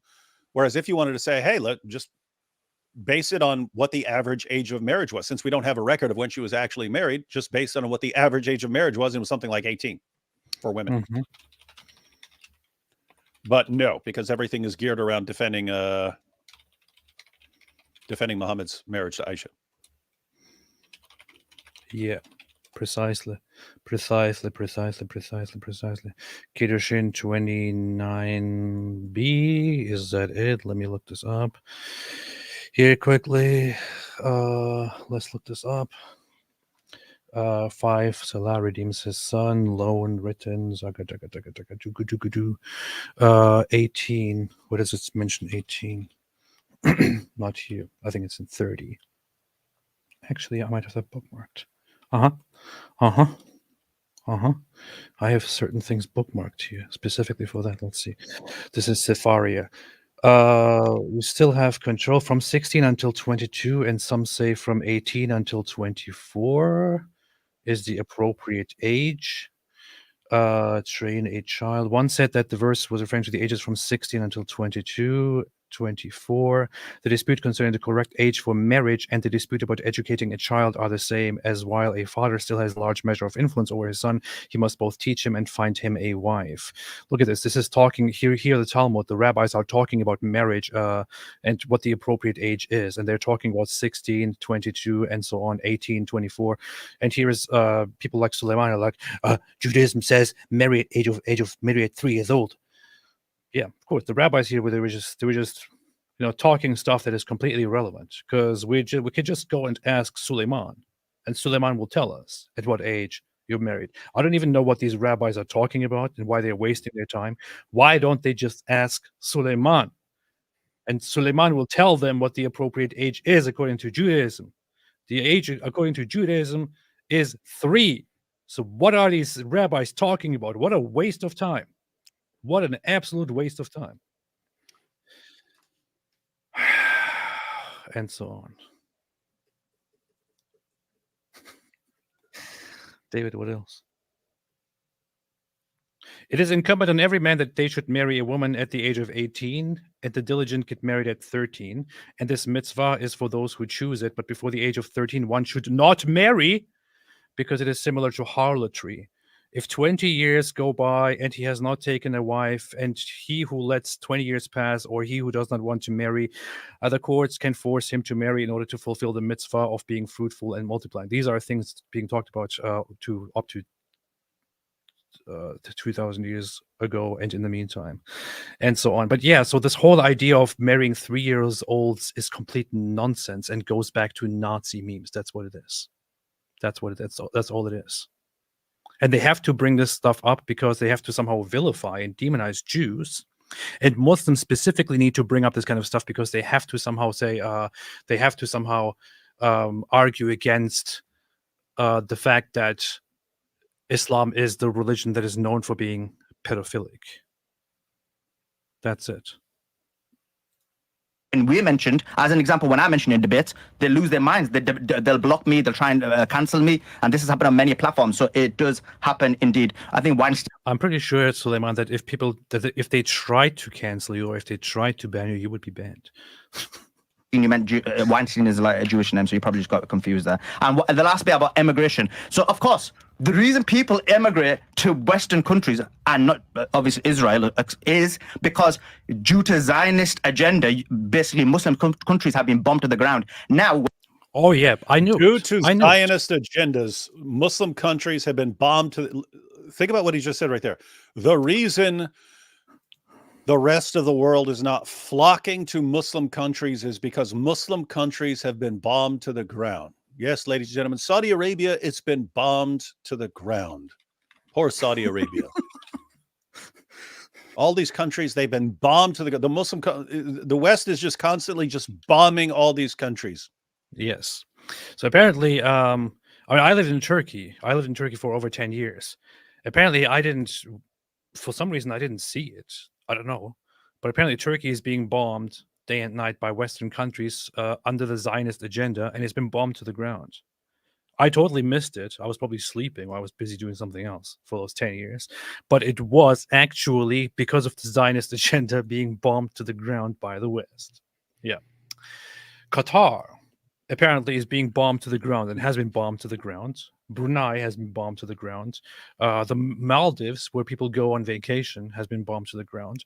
Oman is being bombed to the ground. Yeah, some of these places are building the biggest buildings in the world, which is weird because how do they even get started when they're constantly being bombed to the ground? Isn't that well? Yeah. And a little side note that would tie in with what Destiny said earlier about okay, so let's suppose that this great thing in Islam, the golden age 1,000 years ago, is really great. The world has moved on. What have you done for us? What have you done for us lately? The same principle would apply here. Europe was actually bombed to rubble. Yes. Germany was bombed to rubble. London had the crap bombed out of it by the Germans. Yes. What happened? They all rebuilt. Yes. This is just recent. So what? So what? It's always because the Zionist agenda didn't allow us to build back. Can you imagine what is there in the world that this guy would not just instantly blame Jews for? But I mean, think about this double problem. So one, the reason the Muslim world sucks is because Zionist controlled powers keep bombing it down to nothing. That's why you're not moving to Saudi Arabia, because it's getting bombed right now. It's getting bombed. But two, suppose that the Muslim world got bombed down to rubble. That happens in other places and they rebuild. So why does Islam lack resilience? That you always have to, 1,000 years ago it was really great. Okay, why does Islam why can't it ever keep up? And it's always, it's their fault, everything. You blame everyone else. I mean, I would just say an ideology that sits around accomplishing nothing in the world except whining and complaining and blaming Jews for everything, I would say that can't be the future, man. Just whining about Jews all day can't be the future. You can't just like, hey, what's the future going to be like? Oh, we're all going to sit around in a pile of rubble blaming Jews for everything. Yeah. Jews. It's like the Jews, right? It's like the Jews. But what about the Jews? Now, Destiny brought this up, but what about the Jews and the Zionists, eh? The Zionists and the Jews and the Zionists. You sound like you sound like an idiot parrot I could ask who's been you taught to actually, say two words. I could ask you the question: can you give me a list of countries that are currently or that have been bombed to the ground by the Western world? And then let's analyze them, case by case. Let's analyze them. And of course, they will mention something like Syria, for example, where Western forces did indeed join, but only after a brutal civil war broke out. It's not like they were forced to fight or they were invaded by the West. No, a brutal civil war broke out. That's it. And by the way, was that Afghanistan and was Iraq that Zionist? That's it. Was that Zionist? Was that Zionist going in there? Because I mean, you had ISIS. Everything is Zionist. You had the Arab Spring, and you had ISIS, and you had all these groups trying to take over. You got Sunnis and Shias, and they're killing each other, and they're blowing up. And then Russia gets involved, and Iran's pulling strings and everything. And you ask Sulaiman, who's responsible for that? The Zionists. Zionists. It doesn't matter who's doing what. It's Zionists. Zionists. All Muslim countries have been bombed to the ground so far. All Muslim countries have been bombed to the ground. What? Hey, why did this Shia group do this? Zionists. What? Why did this Sunni group do that? Zionists. Everything's Zionists. Zionists are doing. That's the future, ladies and gentlemen. Zionists. Dude's a joke, man. And by the way, it's pathetic. I mean, dude, it's actually, it's so, I mean, you have no idea how pathetic I think this is. A guy who spends every waking moment whining about Jews, and you ask him, why does the Muslim world suck so much? It's because of Jews. Wait a minute. You guys have 49 Muslim majority countries. You've got a quarter of the world's population. You're talking about how strong your culture is, and a couple of Jews are keeping you from being this glorious thing that you think you're supposed to be. A couple of Jews. What's that mean? It means that your entire how can your civilization be the future if 2 billion of you can't deal with a couple of Jews? If you're so incredibly weak that a couple of Jews can keep you bombed down to nothing, even though are they invisible bombs, Sulaiman? Are they invisible bombs? Because we don't see them. Gosh, what a joke, man. What a freaking clown. But it's like it encapsulates the Islamic mindsets like so perfectly. It can't possibly be because of us. It's because the Jews. It's not my fault. It's the Jews' fault. Keep getting us bombed. That's why no one wants to move to one of our 49 countries. If the Jews didn't make us fail, we would be the most successful ever. We would be the most successful, but it's all because of the Jews, because the Jews won't allow us to be successful. That's why we suck. That's why we are the worst. That's why we are terrible. That's why nobody wants to move to Muslim countries. It's because of the Jews. Because of the Jews, not because of attitudes like these. This is so pathetic, man. Yeah. It's because the Jews want to make us bad. The Jews won't let us beat them. I only say until we sit around whining. This is my message to Sulaiman. This sums it up. Are you sick in the mind? Are you that mentally enslaved and intellectually subservient and intellectually molested and ideologically molested? This gets me every time. Anyway. So on the one hand, we have still talking. Like half of Dawa is blame Jews for everything. The other half of Dawa is turn everything into something about molestation. Jews and molestation and Jews. You disagree with me? Molested. Yes. Bombed to the ground. Now, when there's certain countries that have basically not been bombed to the ground, we're seeing emigration happening. We're seeing basically people from Britain go to Dubai and go to UAE. Go to Dubai, go to UAE. You have Dubai. Of course, the response to Destiny's point about people mass immigrating to the West is, oh, what about Dubai? Rich people go to Dubai. So it's not specifically about that, but it's really about a 20-year, even longer, psychological impact of destroying these countries for Israel. For Israel. We're all destroying these countries for Israel. We're destroying Saudi Arabia for Israel. Afghanistan, by the way, That's why people don't move to Saudi Arabia. It's not because of the religious restrictions, or it's not because of the women's rights issues. It's not because of the speech issues where they'll lock you up for criticizing. I just saw an article. Maybe we'll talk about it in a live stream, where a women's rights activist just was sentenced to 11 years for the way she was dressed and for criticizing women's rights in Saudi Arabia.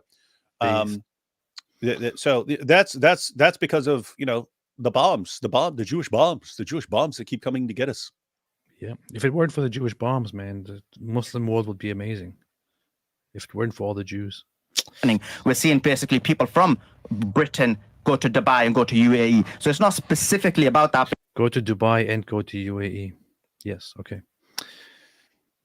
It's really about a 20-year, even longer, psychological impact of destroying these countries for Israel.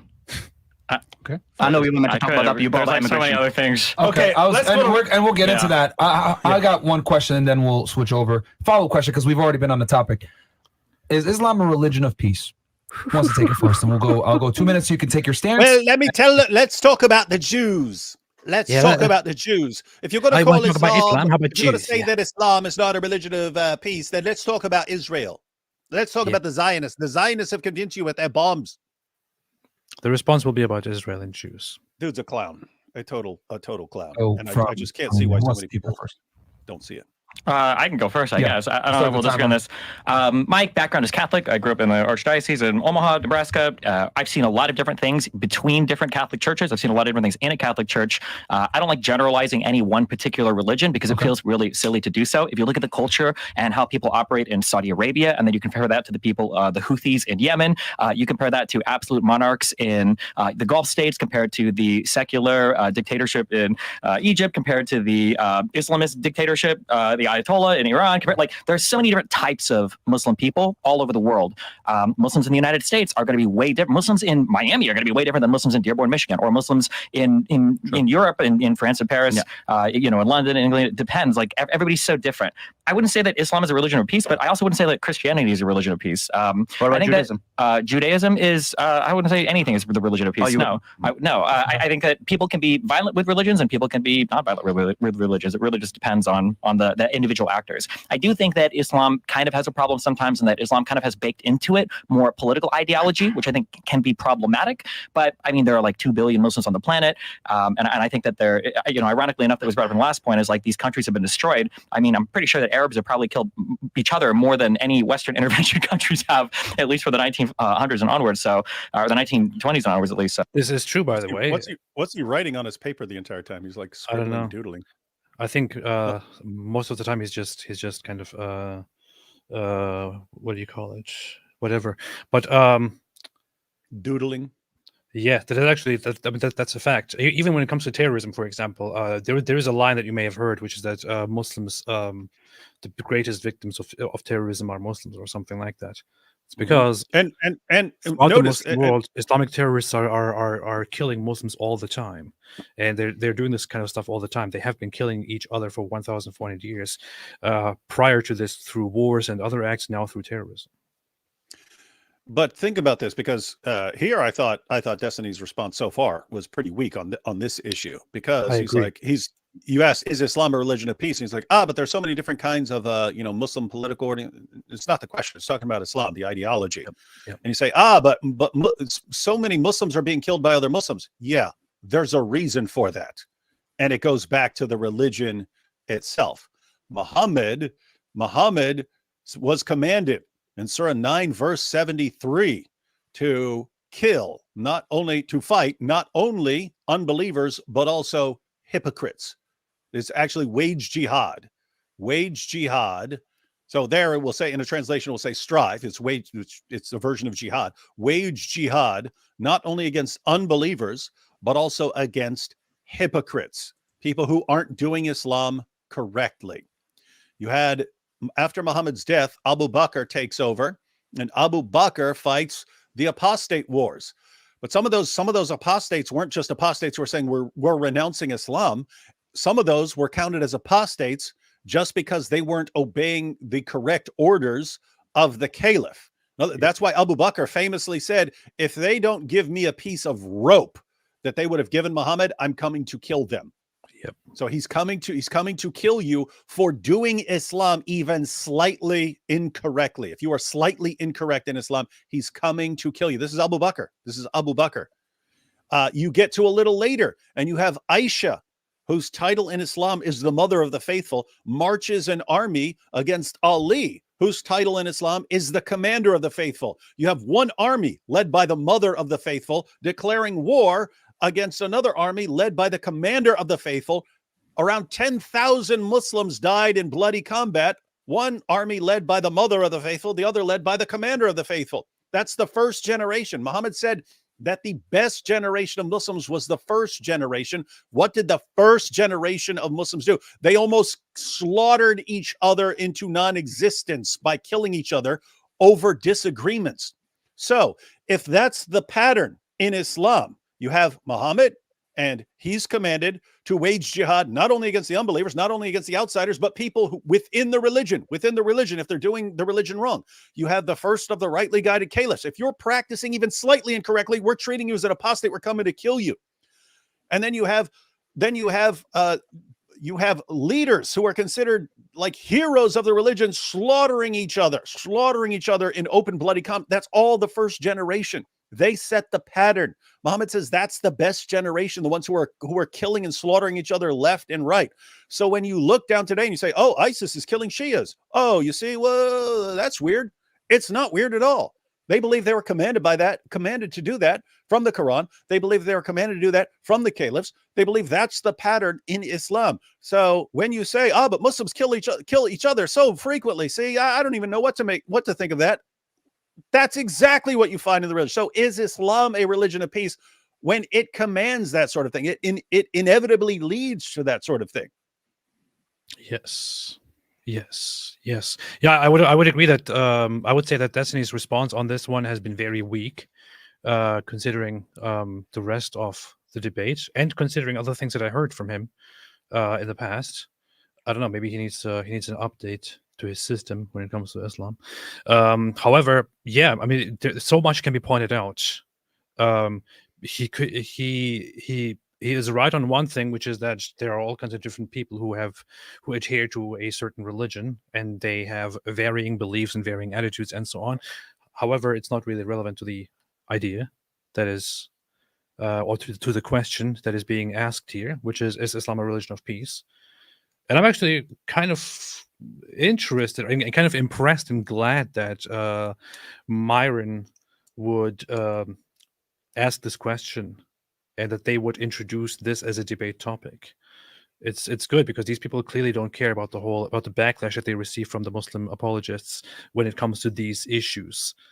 I don't know, but you could very easily and very simply, very clearly and very succinctly make the point that Islam is certainly not a religion of peace. On the contrary, that Islam is a very violent, a very destructive, a very hostile religion, which has no place for peace in the world. A religion which in its scripture, the Quran, directly commands Muslims to fight all those who don't accept the religion, who don't convert to Islam or don't agree to pay protection money. A religion which constantly incites people to fight, people of different beliefs and so on. A religion whose prophet, according to its own traditions, said that he has been sent to fight until everyone says there is no God but Allah and I am his messenger. A religion which clearly and openly commands the killing, the execution of anyone who leaves the faith, and so on. In fact, Islam is the worst when it comes to matters of peace and war. If there is any religion, if any religion is a religion of peace, it's most definitely not Islam. And I would say that every major religion that we have is more peaceful than Islam. There is no comparison, no question. Yeah, as far as fresh and fit and allowing this stuff, this is actually good. The whole situation here that Islam is now in right now, Mm-hmm. I think it's hilarious because here's the situation they're in. Here's the situation that Sully is in. They are so enraged about Israel that they just don't care how stupid their religion looks to the rest of the world, as long as they get a shot at Israel at certain points.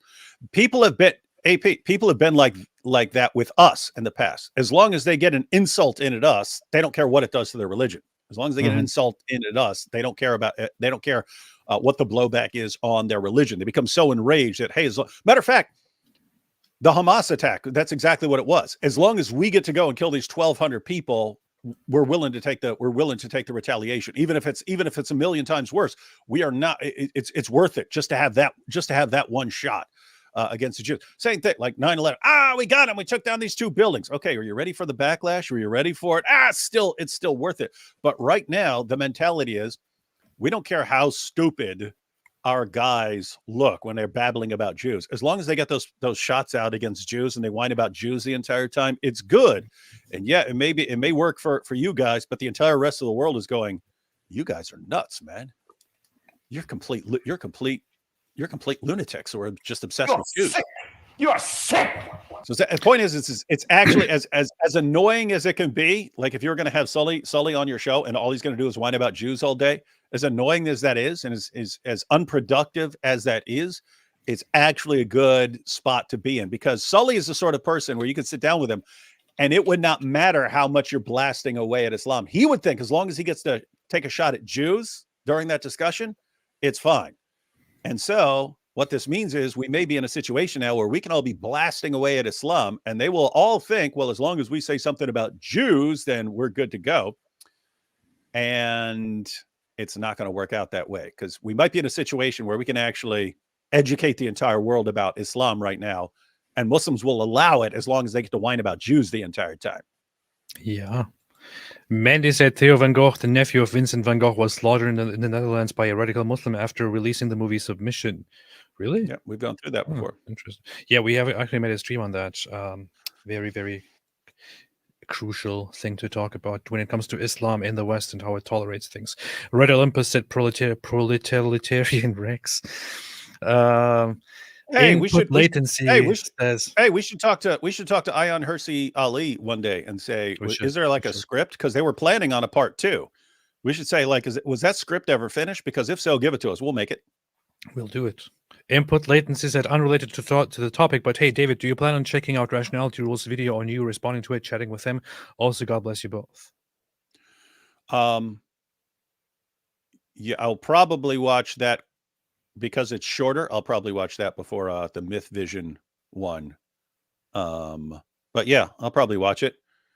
Again, I have no idea, but the way he titled and so on, it doesn't give me high hopes that we're dealing with the top brass here. But yeah, no, that's fun. Be the best. That's fun stuff. Yeah. Jack said, "Duo goat scream, please. Thank you for your work, guys. You're both legends. Always awesome show. Thank you so much, Jax. Or in other words."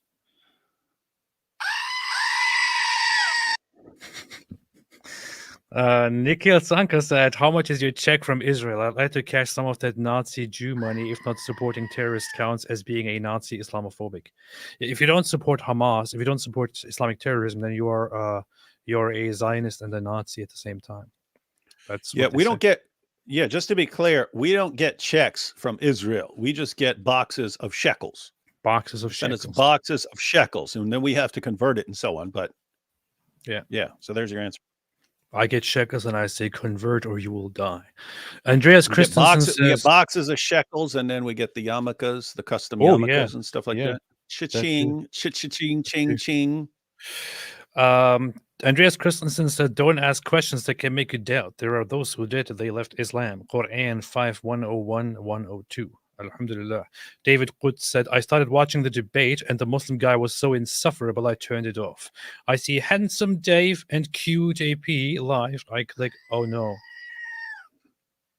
Well, that's what happens. Knows Too Much says, "Jews and Samaritans, indigenous people of the land of Israel by all historic, genetic, linguistic, archaeological, cultural, and religious evidence. Becoming a minority in your land due to brutal foreign imperialism doesn't negate it. Islam and Arabic are foreign to the land of Israel." Pretty much. Moroni Holm says, "Proof that Islamic barristers don't study history." That's true. Oh yeah, he's actually a lawyer of Islamic law or something like that, I think. Or it's Islamic economics or something like that. Yeah. Let me see. Sulaiman Ahmed. Sulaiman Ahmed. What is he? He is a PhD candidate, philosophy, PGCE, mathematics, LLB, law, author of law. I thought it was. Wait, he's studying philosophy? That's how he knew the word epistemology? Yeah. We still don't know what exactly, the epistemology and hermeneutics of what. He said the epistemology and hermeneutics of mariners. That's what he said. Mark Roman, if the trajectory continues as it is, it's going to reach totalitarian. Knows too much, said, please read Book of Maccabees 15:33-34. Simon the Hasmonean's based response to Antiochus the Seventh, who complained about territory taken. David knows all of this from memory, but I'm just looking it up just to have reference here. David, what does it say?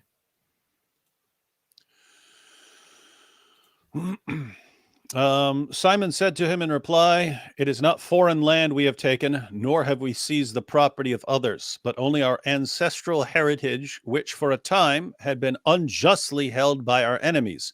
Now that we have the opportunity, we are holding on to the heritage of our ancestors. Oof. You giant losers. I added that myself. He didn't say you giant losers, but you can tell by the tone. Yeah. Sneakster says, weren't Jews and Christians living in Palestine before the Muslims conquered the land? Why stop at 1948? Why not the 7th century?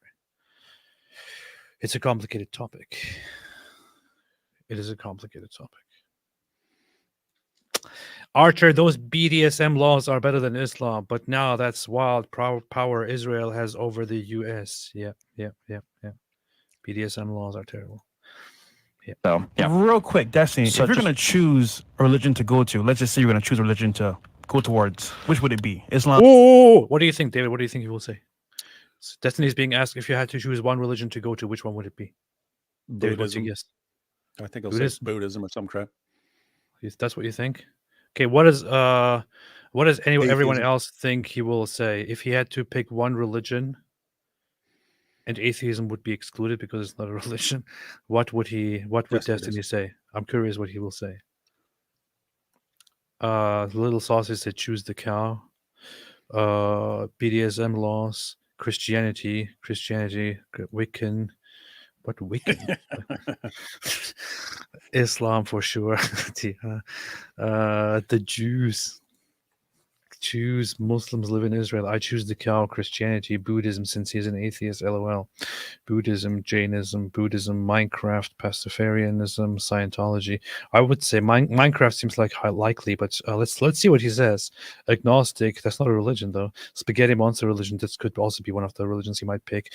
Agnosticism, magic, Jainism. He's not going to say Christianity. Turdism, atheism, and so on. LOL, Wiccan, Dark Towerism. Okay, let's see what he says.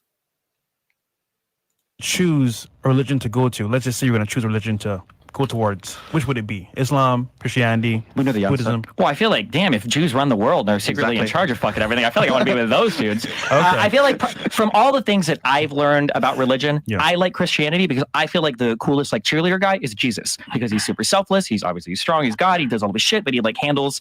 He treats everybody with respect, even sinners. Don't judge the sinner, judge the sin. Like I feel like Jesus is like the prime example of if every single person on the planet could be a particular figure, he would be the one that you would want to be like.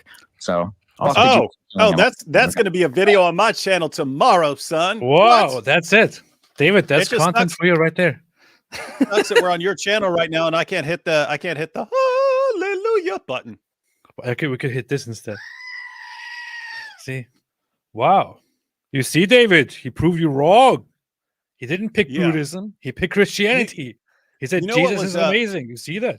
You see? You know what's interesting when he was asked the question, I was actually thinking if he were honest, and even, I don't even know what he is, if he's an atheist or whatever. It's just like not cool thing to say. Like Christian, you got to say something. You got to say something cooler. When I'm thinking like, if you guys are honest, you'd say, okay, if I had to pick, I'd probably follow Jesus. But it's actually what what he said. So anyway, This is interesting because there has been this trend around of these new atheists and the online atheists, among whom saying something good about Christianity or praising Christianity or all of that was considered like cringe, unacceptable, Christianity bad, everything else possibly good, and so on. Destiny is not like that. Destiny is not like that, and I don't know, man. I just like this guy. This is good. Yeah. Buddhism Well, I feel like, damn, if to go towards, which would it be? Islam, Christianity, we know the answer. Buddhism. Well, I feel like, damn, if Jews run the world and are secretly in Exactly. charge of fucking everything, I feel like I want to be with those dudes. Okay. I feel like from all the things that I've learned about religion, Yeah. I like Christianity because I feel like the coolest like cheerleader guy is Jesus, because he's super selfless. He's obviously strong. He's God. He does all this shit, but he like handles. He treats everybody with respect, even sinners. Don't judge the sinner, judge the sin. Like I feel like Jesus is like the prime example of if every single person on the planet could be a particular figure, he would be the one that you would want to be like. So. Awesome. Fuck the Jews for killing him. I'll say that, okay? Oh, oh man, hey, Wait, you, I didn't catch that the first time. yeah, and like Sulaiman's probably like doesn't even care about the Christianity answer now. It's like, yes, he said that about the Jews. I win. It's great. Yay, we're on the same page, man. Yes, let's all convert to Christianity as long as we say what you just said. Alhamdulillah. Wait, I have to hear that again. Oh man, this guy. But you would want to be like, so Awesome. fuck the Jews for killing him. I'll say that, okay? look at Myron. Look at Myron. Oh boy. Oh, Dude, man. that was so funny the way he starts off with a dig at Sulaiman. Namely, I mean, and this is serious. Like, hey, if I wanted to pick a religion, right? And if I just wanted to choose a religion based on power and strength, given what you Muslims said, Islam is not this strong thing. I mean, Judaism would be a supremely strong and powerful religion. It's controlling literally the entire world, according to you guys. According to you guys, Jewish rabbis are pulling the strings on literally everything that happens in the world. If I had to pick one, why would I want to go and be with those guys? I mean, they control the entire world, according to you. And then he gives his more serious response in terms of, hey, Jesus is actually pretty cool. He hung out with people that I would hang out with and stuff like that. And so I'd go with him. That's all. And then at the very end, hey, Sulaiman, let me say something to throw you off and make you agree with me. Yeah, Clementine is pointing out people are going to think he's being serious. LOL. That is true, especially when you're dealing with the audiences like Fresh and Fit's usual audience. They might think, oh, look, even he agrees Jews are bad. He's obviously joking. But this is just a typical Destiny humor. The bad thing is, yes, some people are dumb enough to take us seriously. So that's that. Yeah. Oh, all right. That's about to be criminalized. I'll turn it to you, Sulaiman. What is Did you hear that? What? Okay, obviously we're not going to take Fresh and Fit seriously for political commentary, but he just said that's about to be criminal. all right? That's about to be criminalized. I'll turn it. Wait. Who said that? Wait, was that Sulaiman who just said that? I'll say That was that, okay? Sulaiman said that's about to be criminalized. Oh, he's talking about the law that we already went through and read the entire bill. And here you have it once again.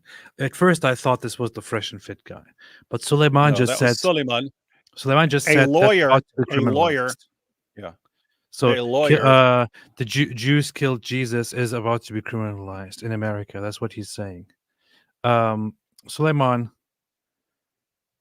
you absolute imbecile.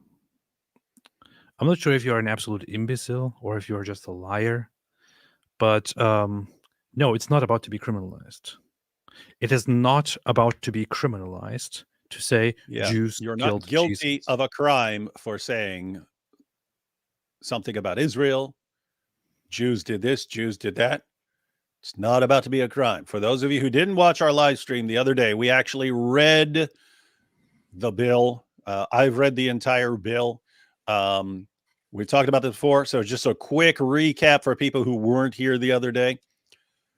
The bill is simply about So you had the 1964 Civil Rights Act and so on. You can't discriminate people on the basis of race, religion, things like that.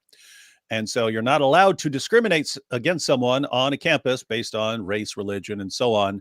How do you identify if an instance of discrimination is actually based on anti-Semitism? How do you identify that? And all the bill does is say we're adopting this list from this organization on how they identify instances of anti-Semitism. It's not saying you can't do these things. It's saying if someone is involved in an act of discriminating against someone. So they say, you can't work here, or you can't be in this building. And here are a set of identifying features, how you can identify if the person is excluding you because you're Jewish. So if you're saying, get out of here, you can't be in this building because you killed Jesus, okay, that's listed as one of the things that could identify the person's motive for discrimination. That's what the bill does. Yes. And he just said, no, it's criminalizing saying that Jews killed Jesus.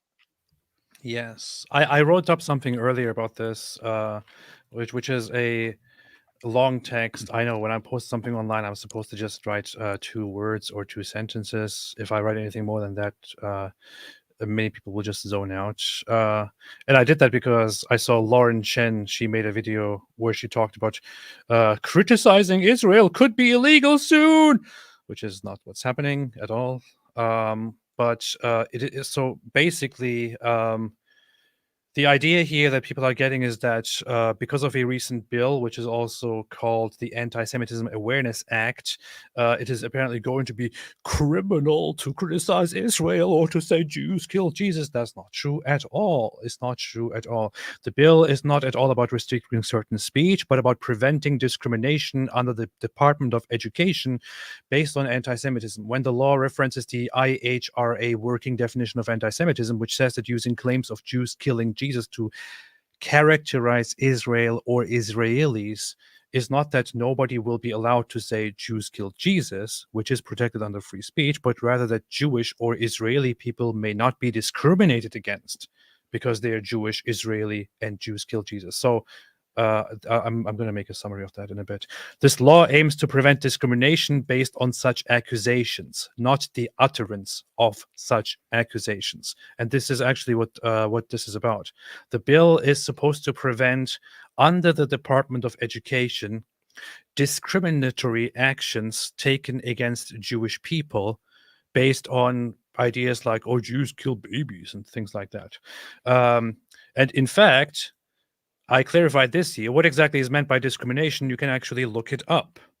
You go right here. I gave a link to it.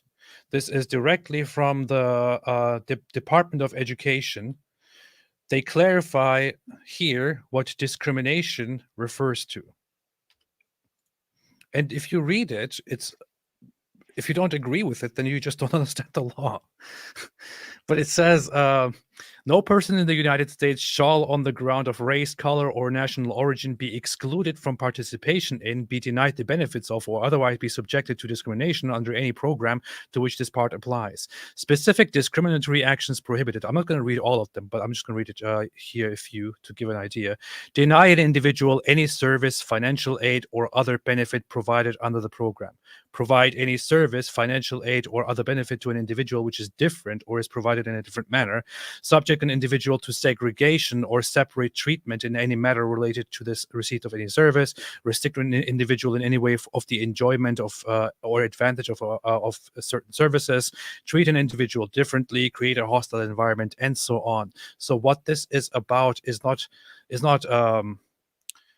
about you are not supposed to discriminate against a person of Jewish or Israeli origin because Israel is a bad country, or I don't know, Jews killed Jesus, and so on. The bill never, ever, at any point says you are not allowed to criticize Israel, or you are not allowed to say Jews killed Jesus, or you are not allowed to cite certain parts of the Bible, and so on. None of that is true. That's completely nonsensical. And here you have examples. Case 1. In a university, a certain activity which receives federal funding is offered to students. A Jewish student is prevented from participating because Jews kill children and drink their blood. In this case, it is clear that discrimination based on anti-Semitism is taking place. The university now has to take action against this discrimination or lose federal funding. By the way, that is the consequence. That is You're not going to prison? Nobody is going to prison. Nobody is getting arrested. No one's committing a crime. No one's going to prison for committing a crime here. Nobody will get arrested. Nobody will go to prison. This is about federal funding given to institutions or places under the education department. That's what this is about. Nobody is going to prison. If you claim they do, show me where it says that. And don't give me a tweet from Jackson Hinkle. And just to remind everyone once again, did or did not the bill specifically said this bill cannot be used to undermine anyone's right to freedom of speech as laid down in the First Amendment? Yes. And you know what? You can't stop people from speaking based on this bill. It said it in the bill itself. Some people say, "Oh, they just put that in the bill to say we don't want to take away freedom of speech just to pretend." That's not how the law works. In the law, you don't put something on a bill to pretend.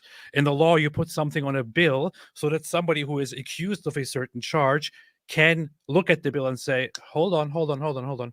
You're accusing me of this, but the bill here specifically says that my First Amendment right is protected, so you can't use this against me."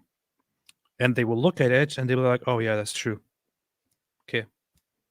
That's how the law works. And so on. So here, what is not forbidden? For example, Lauren Chen, inside or outside a university, says Israel is bad and Jews killed Jesus. That is not forbidden under this bill. No such thing is taking place. And here, some YouTuber, me, and David, a philosophy PhD and YouTuber, we are here accurately representing what the bill is actually about, while a self-proclaimed lawyer is saying, "The student is going to be criminalized." I'll turn it to you, Sulaiman. What is Islam a religion of peace? I agree with his assessment, actually, in the first part of it, right? The individuals, Let's go to Rumble. it depends on the individuals, and also on top of that as well, it depends on the sects and ideas and ideologies, right? So I agree with it. In terms of Islam being a political ideology, again, this is like a false norma and false notion that's applied to Islam, because actually every ideology, whether it's Western or religious, has political elements in it, from Greek, from Plato's Republic to even current times when. What in the what? In terms of Islam being a political ideology, Plato's Republic is political. is a work of political philosophy. False norma and false notion that's applied. It's called actually the Republic, and it's about establishing a city. Yeah, David, you're saying that Islam is a political system, but excuse me, the Declaration of Independence also has political aspects in it. Oh, it does? Because it's a political document? Interesting. Every ideology, whether it's Western or religious, has political elements in it, from Greek. Oh, really? Really? Wow. Every ideology, he just said it. This guy, I don't get it. I don't understand. This guy is supposed to be a lawyer. He's talking like somebody who has like who is extremely severely underdeveloped, who is mentally starving, who has an IQ of 75 or something. I don't know. I don't get it at all. What's happening? What is this? I don't know. From Plato's Republic to even current times, when you've basically got these scenarios happening. Actually, within the United Kingdom, Judaism actually has their own legal courts. They have their. He worked it back to Judaism. Yeah, think about this, guys. Question: is Islam a religion of peace? Why don't you tell us about whether Islam's religion? But Judaism. This is what we're dealing with, man.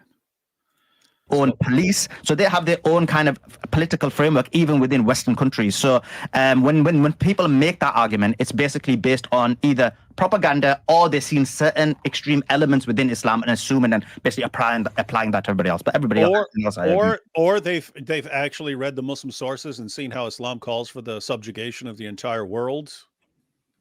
And how Muhammad said in a video, I saw the east of the east and the west of the west, and I saw that Islam ruled over all that I saw. So Islam is going to rule, and Islam is going to make Jews and Christians submit as second-class citizens. Everyone else is given the choice of converting or dying. Are we imagining this? Is this just propaganda? Because if it's propaganda, we can show you an endless array of dawah guys who are saying this is what they're trying to implement. Just propaganda? So like propaganda from who? From Muslims? Anyway. Yeah. So we are seeing these extremist elements in Islam, for example, that are found in the words of Muhammad. You know, the extremist elements like Muhammad himself, which is why we're concluding that Islam is, of course, a political, violent ideology. Otherwise, if we didn't see those extreme elements, which are directly fundamental to Islam, we wouldn't be coming to those conclusions. For example, here, when it says some zanadiqa, it says atheists, but that doesn't really mean atheists, were brought to Ali and he burnt them. The news of this event reached Ibn Abbas, who said, if I had been in his place, I would not have burned them, as Allah's messenger forbade it, saying, do not punish anybody with Allah's punishment. Oh, look, wow, very nice. Muhammad forbid it. Muhammad said, don't punish. Oh, wait a minute. I would have killed them according to the statement of Allah's messenger, who said, whoever changes his Islamic religion, kill him. Yeah. The extreme elements like Muhammad here, whose conduct and teachings are supposed to be imitated by every single Muslim around the world. This is what we're dealing with. But of course, but we also see it now with Zionists, the Jews, in the UK, By the way, that passage is interesting because you read in Tabari, you read about Abu Bakr burning people. Yeah. And then, so all the way to the time when Ali is ruling and he's burning people. And then Ibn Abbas jumps in there and says, wait a minute, fire is the punishment of Allah. Allah punishes people with fire. And we're not supposed to do that. We're supposed to punish people in some other way. It's just shows you how sloppy things were in early Islam, where you have from the first of the rightly guided caliphs to the last of the rightly guided caliphs, they're burning people this entire time. It's not until later on Ibn Abbas reminds them, hey, you're not supposed to be burning people. I'm like, oh, okay, yeah, all right, thanks. Oh, but David, you're saying that they were sloppy, but there are also elements in Zionism that are also sloppy. Zionists can also be very sloppy. Okay. Everything I say, I stand refuted. Thanks, Sully. I have been commanded to fight against the people until they testify that there is no God but Allah, that Muhammad is the messenger of Allah. And wait, against who? Against who? Against who? people. Against aggressors? Against the people. Against people who are attacking? Against invaders? Against Zion? Who? Everybody. Everybody. People. Everyone. Against everyone. Guys, if you're a serious Muslim who takes these sources seriously, so you're a serious Sunni Muslim and you read this, you read what Muhammad was commanded to do. I've been commanded to fight. That sounds bad. To fight against whom? People who are attacking you? No. I've been commanded to fight against people. Oh, until they do what? Until they stop invading, until they stop persecuting, until what? Till they testify that there's no God but Allah and Muhammad is the messenger of Allah, and they establish prayer and pay zakat.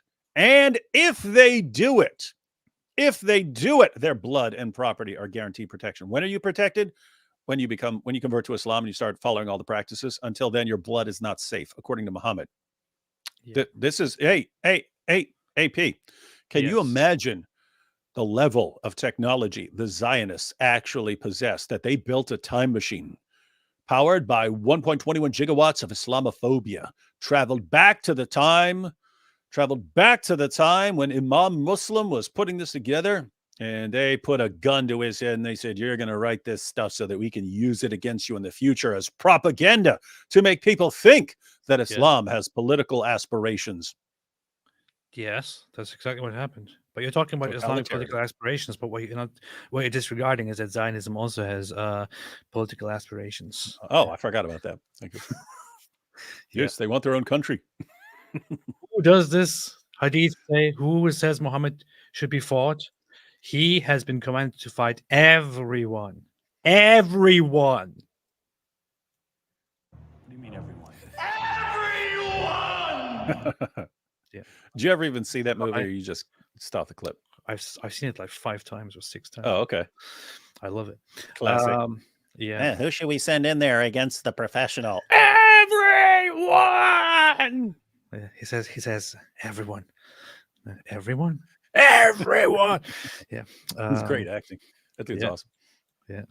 With his assessment. Okay. In terms of Arabs killing each other, that's also fake as well, but we'll talk about that. Like, I guess he's going to talk about Syria, but again, that was because of Western intervention. Oh, yeah. Say it, Sully. Run by Jews.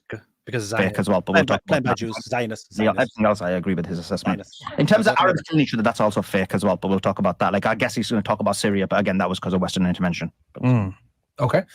Was October 7th a military operation or a terrorist attack? Again, the question is... It was an attempt to make peace and have fun together. It just went wrong at some point. And, it wasn't. According to Daniel Hakikachu, it's a bunch of people running across the border to see if anyone needs medical assistance and to take them to hospitals. Yes, that's precisely what happened. Precisely what happened. Diana said, what movie is that? It is Leon, the Professional. The Professional. The Professionnel. Leon, the Professionnel. Leon, the Professionnel with Jean Reno. You know, it's funny. That was the one where the guy would take a pill and he would go as soon as he takes the pill. Yeah. I saw that in prison in a room full of inmates, and the inmates were all confused. They're like, "You ever seen a pill that works that fast, man?" They're like, "No." They're trying to figure out what pill this was. Oh, in the end, when he opens his hand, he's got the pins to all these grenades and blows it up.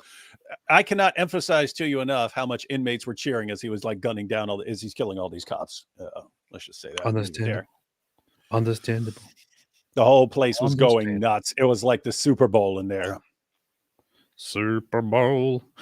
Off topic, and not sure if this was already said, but she was 9 years old. Guy is a Fuente-style anti-Semite. Earlier today on Nigerian Perspectives live stream, he unironically accused Jews of drinking blood. Very cringe. Well, yeah. I did see. We still have him. I did see somebody talk about him and say that he seems a little bit off. So yeah, I did see that.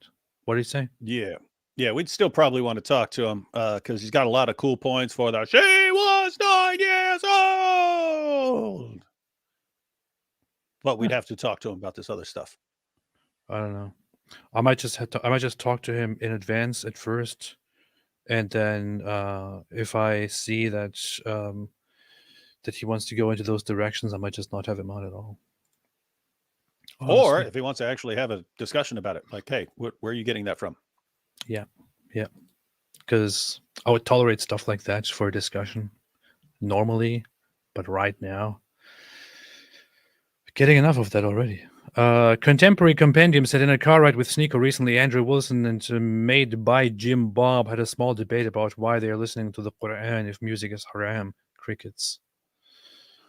Well, I mean, you could make different arguments on that. One thing that I want to ask these people when they do these and use like humming noises and other kinds of noises is aren't you aware that instruments are basically also just that transformation of the wind and different things, arranging them into a tune and making music? Why are you using your humming for music? Isn't it the same thing? Moo Moo Joe said, even if the spit was true, remove head versus spit For your information, they spit on the floor, not at people. He's just vile. Yep, I know. That's what they do. Yeah, I'm sure there are instances where they've actually spit on people and stuff, but if you see it, they walk past the person and then spit like kind of behind them in the person's direction. And again, that's a particular group. Keep in mind, I think that's disgusting practice, and they should be exposed and they should be called out. What sucks is that you kind of the people like Sulaiman have made it so that you can't call it out, right? Because I would want to call it out and be like, hey, you should be sharing videos of that, and that group should be shamed until they stop doing that. But that's not how these guys share it. They share it and say, see, this is how Christians are treated by Jews. Yes. And so they kind of ruin like even the possibility of just calling it out in a normal fashion to shame the people who are doing it. We know what Christians do, right? Christians always, they go around carrying signs that say, God hates fags. Mm-hmm. Yeah, that's what happens. That's what they do. And Muslims go around blowing themselves up everywhere. Like, what? Man, it's just terrible.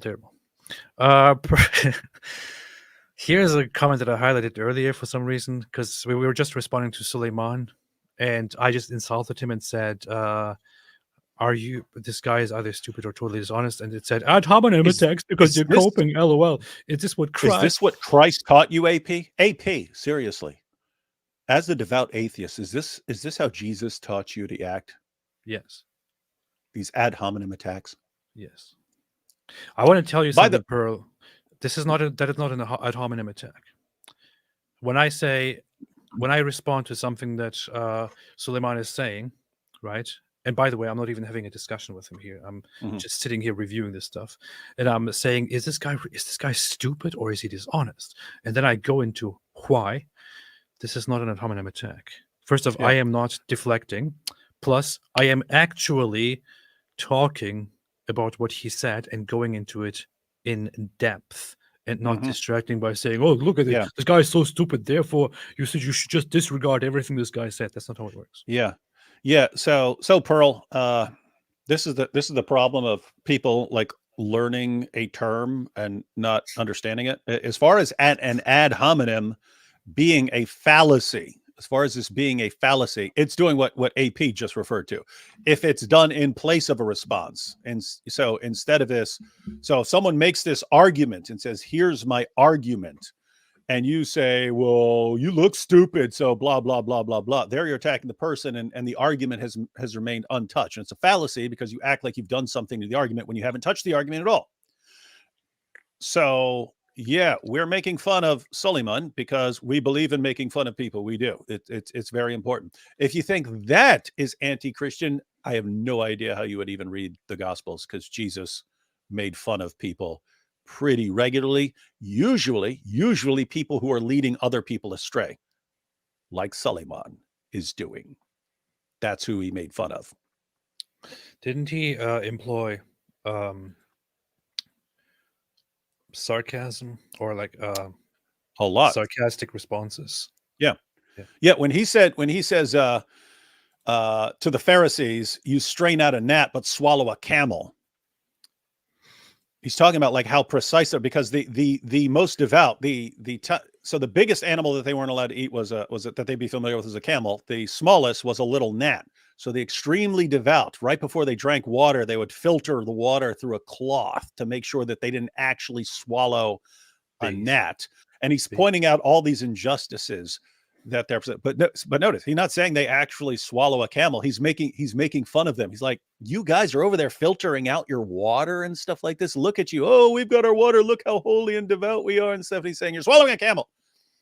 So he's making, and it's funny because he's doing it in a way that would like actually stick. In other words, the next time one of these Pharisees is filtering his water through a cloth to make sure they're going to remember that. It's like, wait a minute, am I doing anything else unjust here? Because Jesus pointed out that we're doing all this messed up stuff, and we're being extremely careful about all these little minute details, and we're doing something way worse the entire time.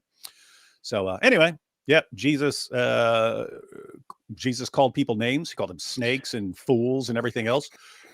Used sarcasm, mocked them.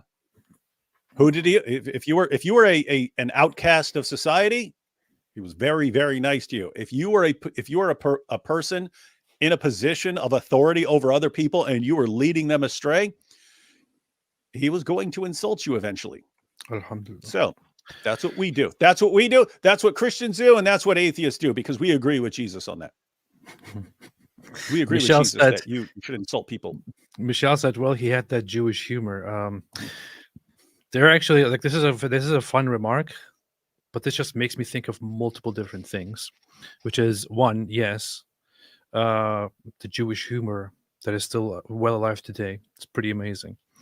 Number two, it reminds me of the gropers, who want to argue that Jesus was not a Jew because they hate Jews so much that they can't accept this, which is weird because they directly contradict with what Jesus himself said about himself.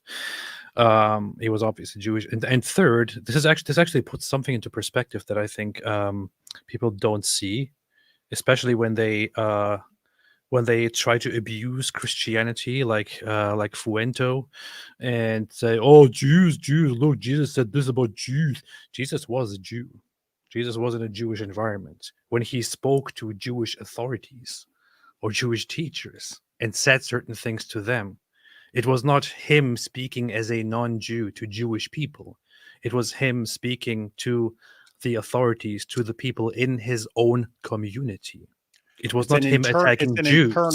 It's an internal critique, not an external attack. Yes, he wasn't attacking Jews. He was attacking people within his own community for doing things not the right way. And this is a thing that I think the gropers and other neo-Nazis and Jew haters seem to miss so much, deliberately or not. But that's how you are supposed to read it. Yeah. Alhamdulillah. Lonely Crow said, if Arab starts counting your age only after puberty, then it explains why so many children died in Gaza, especially the ones with the beards. Mm-hmm. It does solve the mystery. Man. Yes. Red Olympus, Athens' democracy in 508 BCE was stolen from Islam. Yes. Exactly. Alhamdulillah. Martyr Mouse, Mr. Aparelli. I tried listening to your first conversation with Danny the Pikachu today. I couldn't even get halfway. Such an insufferable TWAT period. To call him a potato would be an insult to potatoes. Can you imagine if you talked like that, like at that speed all the time? People actually endure that. People actually endure that and listen to the guy just because they hate Jews so much that they have to, just so they have to put him on screen. And then they totally diss him when when he tries to rein in. Hey, let's not sound like we're calling for genocide here. So let's just say from the river to the sea, Palestinians will be free, right? And that way we're not calling for genocide. What do? They immediately put that guy in his place. From the river to the sea. From the river to the sea. Man. Palestine will be free. And he walks away thinking, these people, they are morons. Martyr Mouse. Oh, yeah, I already read this. What's wrong with you? Ayatollah Khamenei said David Attenborough narration. I can't even think about it right now. Witness this. No, I can't do it. I guess I need to watch something again. But yeah. I can't recall. I'm sure I've heard it plenty of times, but I can't recall. Witness the Scottish variety of the Abdul Witness the in his Scottish natural variety of the habitat, Abdul in his natural butchering habitat. both English and Arabic. Can't do it. Something like that. Pretty good. D. Boudreau said, how many countries have suffered Islamic attacks? I googled what countries have Jews attacked for fun, and it just came back with attacks on Jews. See, this is what the Jews want you to believe. The Jews are manipulating the Google results to hide all the attacks that they are committing. And they don't want you to know that they're actually behind all attacks by anyone. Yes. If I walk down the street and I punch someone in the face, it's because a Jew was pulling my strings. Yes. In fact, this super chat looks like it's a super chat by the Zionists. Yeah. Just to confuse us. Nose 2 might say debate topic, best choice, 1.6 billion Muslims or a cow. You have to get Mossab on here. Imagine having a debate, and that's the topic. Okay, I have to watch something. I have to watch something together though from his conversation with Gad Sayed. What Gad Sayed had him on. You go through his debate with that dude. What? Carl, whatever. He had a debate in a university with the dude. Not Carl. You mean what was the guy's name? What's the guy's name? Mossab versus Lamont Mark something. Oh yeah, Lamont. Lamont. Whatever his name is. Lemon juice. Lamont Hill was it? Something like that. I don't know. Done basically is exactly that, because you've said, I'm willing to give up all with Gaza and the tragedy there, but also can be Satan.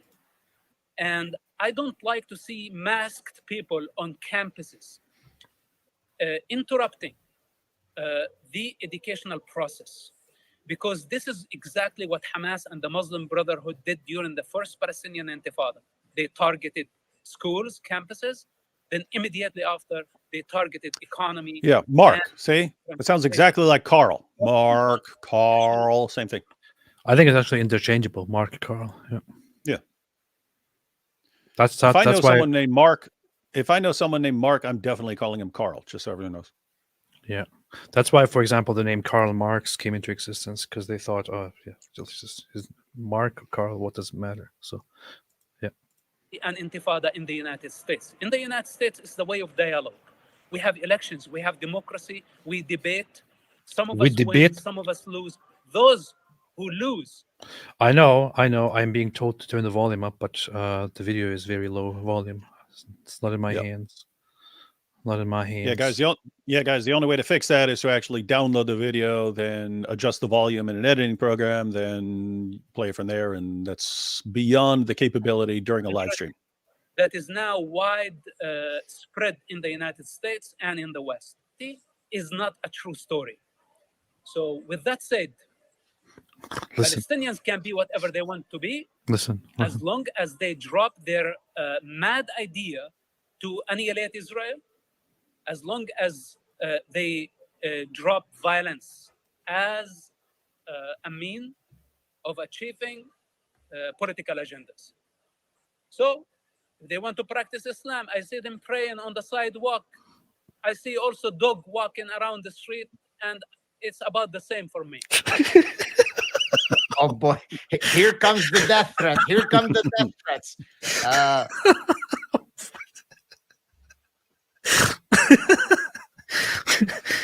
Man, this is a typical Mossab Hassan Yusuf comment, and he doesn't care. I see them on the ground, and I see a dog crapping on the ground, and I think it's all the same to me. Look at Gad said. Mossab, what's hilarious is everyone else who hears what Mossab says cracks up laughing at how messed up it is. He's dead serious on his face. I know. It's the same thing with I choose the cow. Yeah, and God is like, oh no, here come the death threats. And Mossab is totally, can't believe he just said that. Serious, totally serious. It's so messed up. Oh man, how about no? I don't buy your proletarian. I still don't know what he meant actually. I wish someone needs to combine just all his little word salads there. What in the hell was it even? Put him into one video. by Brett Weinstein or whatever the name is. So you've got these ideas in many cultures. You got these ideas in many cultures. Yeah. In terms of what you said, of course, we received democracy from the Greeks, but you know how we got that information? Yes, we got it from Able to attack Islam, and he's fine. He even said, I hate Islam, sorry, but he would never say about I hate Judaism, even though Judaism culture in current times. When he's mentioned about advancements, that's right in current times, but then obviously that's failing and it's ignoring the entire history, right? So what that demonstrates is you don't need to be a specific culture or religion, because if you look at history, it was many of the advancements that were made both in science, culture, literature, the Renaissance in terms of Greek philosophy, theology, science, all of it came from the Islamic civilizations. So that they weren't backward, they were actually visionary in the past. Obviously things develop, things change. In terms of Islam being they were visionary, but sadly it just didn't last. It didn't. They were great visionaries for a couple of years. Allows all religions, cultures, and psychologies within it. Now, in terms of what he's talking about in terms of freedom, I'm for all the freedom. The problem is we're seeing against Judaism, you speak against Zionism, gulags. You're not allowed to right now in the United States. You can't even do BDS. In the United States, you can't even bang the sheep. Yes, there are extreme elements in Islam. One isn't going to deny. And so extremism is bred from different ideas, cultures, and it's even from atheism. We've seen the huge amount that's happened in terms of atheism. So extremism is everywhere. Now, in terms of Islam, I've got no issue with people being Muslim, Christian. They could be what they want, right? No problem whatsoever. My issue is when there's dual standards. So someone like Destiny feels pretty chill about attacking Muslims. No problem. All good. As long as you're willing to debate the ideas, right? But the same type of people basically lose their minds if you're willing to talk about Judaism. They'll call you anti-Semitic. They'll want to put you in jail. So there is the dual standards, and Judaism has the same standards that Islam has. You're an atheist. Didn't you actually do a debate on Judaism? I did. Yeah, you had a debate. Daniel Hakikachu, who basically is has the same mindset as Sulaiman here. Except Daniel Hakikachu is a bit more honest in that he actually will acknowledge what he wants in the world and stuff like that. But you actually had a debate. The debate was on modern day debate. You guys have debates on this stuff. And he's saying, everyone is scared of addressing this. You can't even talk about it. You'll go to jail. You go to the gulag, blah, blah, blah, blah, blah. Actually, very good point, because Daniel Hakikachu himself still has not published that debate on his own channel, with the excuse that YouTube censor because we talk about Judaism. The debate is on Modern Day Debate, and it's on my channel as well. And it has 150,000 views right now at this point, or more, 170 something, I don't know. But people are watching it, and it's right there. Nobody took it down. The guy's just making an excuse there. That's it. Difference is someone like Destiny won't call them out, and obviously we know why. So when you say you run the world, and this guy is sitting here on the Fresh and Fit podcast blaming everything that happens in the world on Jews, while simultaneously saying you're just not allowed to criticize Jews. But not from a covert perspective. Okay. Anyway, I don't know where he's at the puppet. Not sure where that happens. Not sure where he said that. I hope maybe he can clear. Maybe we can ask him what did you mean by what exactly does that mean? Maybe he'll clarify that one day. I don't know. He hosts spaces sometimes on Twitter. He hosts spaces sometimes on Twitter to have these discussions. I'm thinking people should join the spaces when he hosts one and just raise their hands and ask him, dear Sulaiman Ahmed, you said something about Plotitarians. What exactly did you mean? Can you please clarify? What was that you were saying about marmalade or marinara? Oh man. Historic liter. Oh yeah, here I got it. Wait a minute, got it. Within and based on your own argument, it will end. And actually, many historians say that the proletarians within any society become the dominant. And right now, according to even historical literature, the Wait a minute, look at this. The captions, the automatic captions say proletarians. Yeah. Yeah, the pro Earthlings. Is that what is it? Yeah, we all know. The Protarians. They take over in any culture, and right now Muslims are the Protarians. The pro Earthlings. No. So the pro Earth people. Yeah, they are. Come on, Greta Thunberg is the Protarian, guys. Greta Thunberg. Get it right. Not Muslims. Even the automatic captions are like, what the hell did he just say? Within any society become the dominant, and right now, according to even historical literature, the proletarians are the Muslims. Yeah, think about that. What he just said. According to historical literature, right now, the Muslims are the proletarians. According to the historical literature, guys, what does it take to realize this guy's just spouting complete nonsense?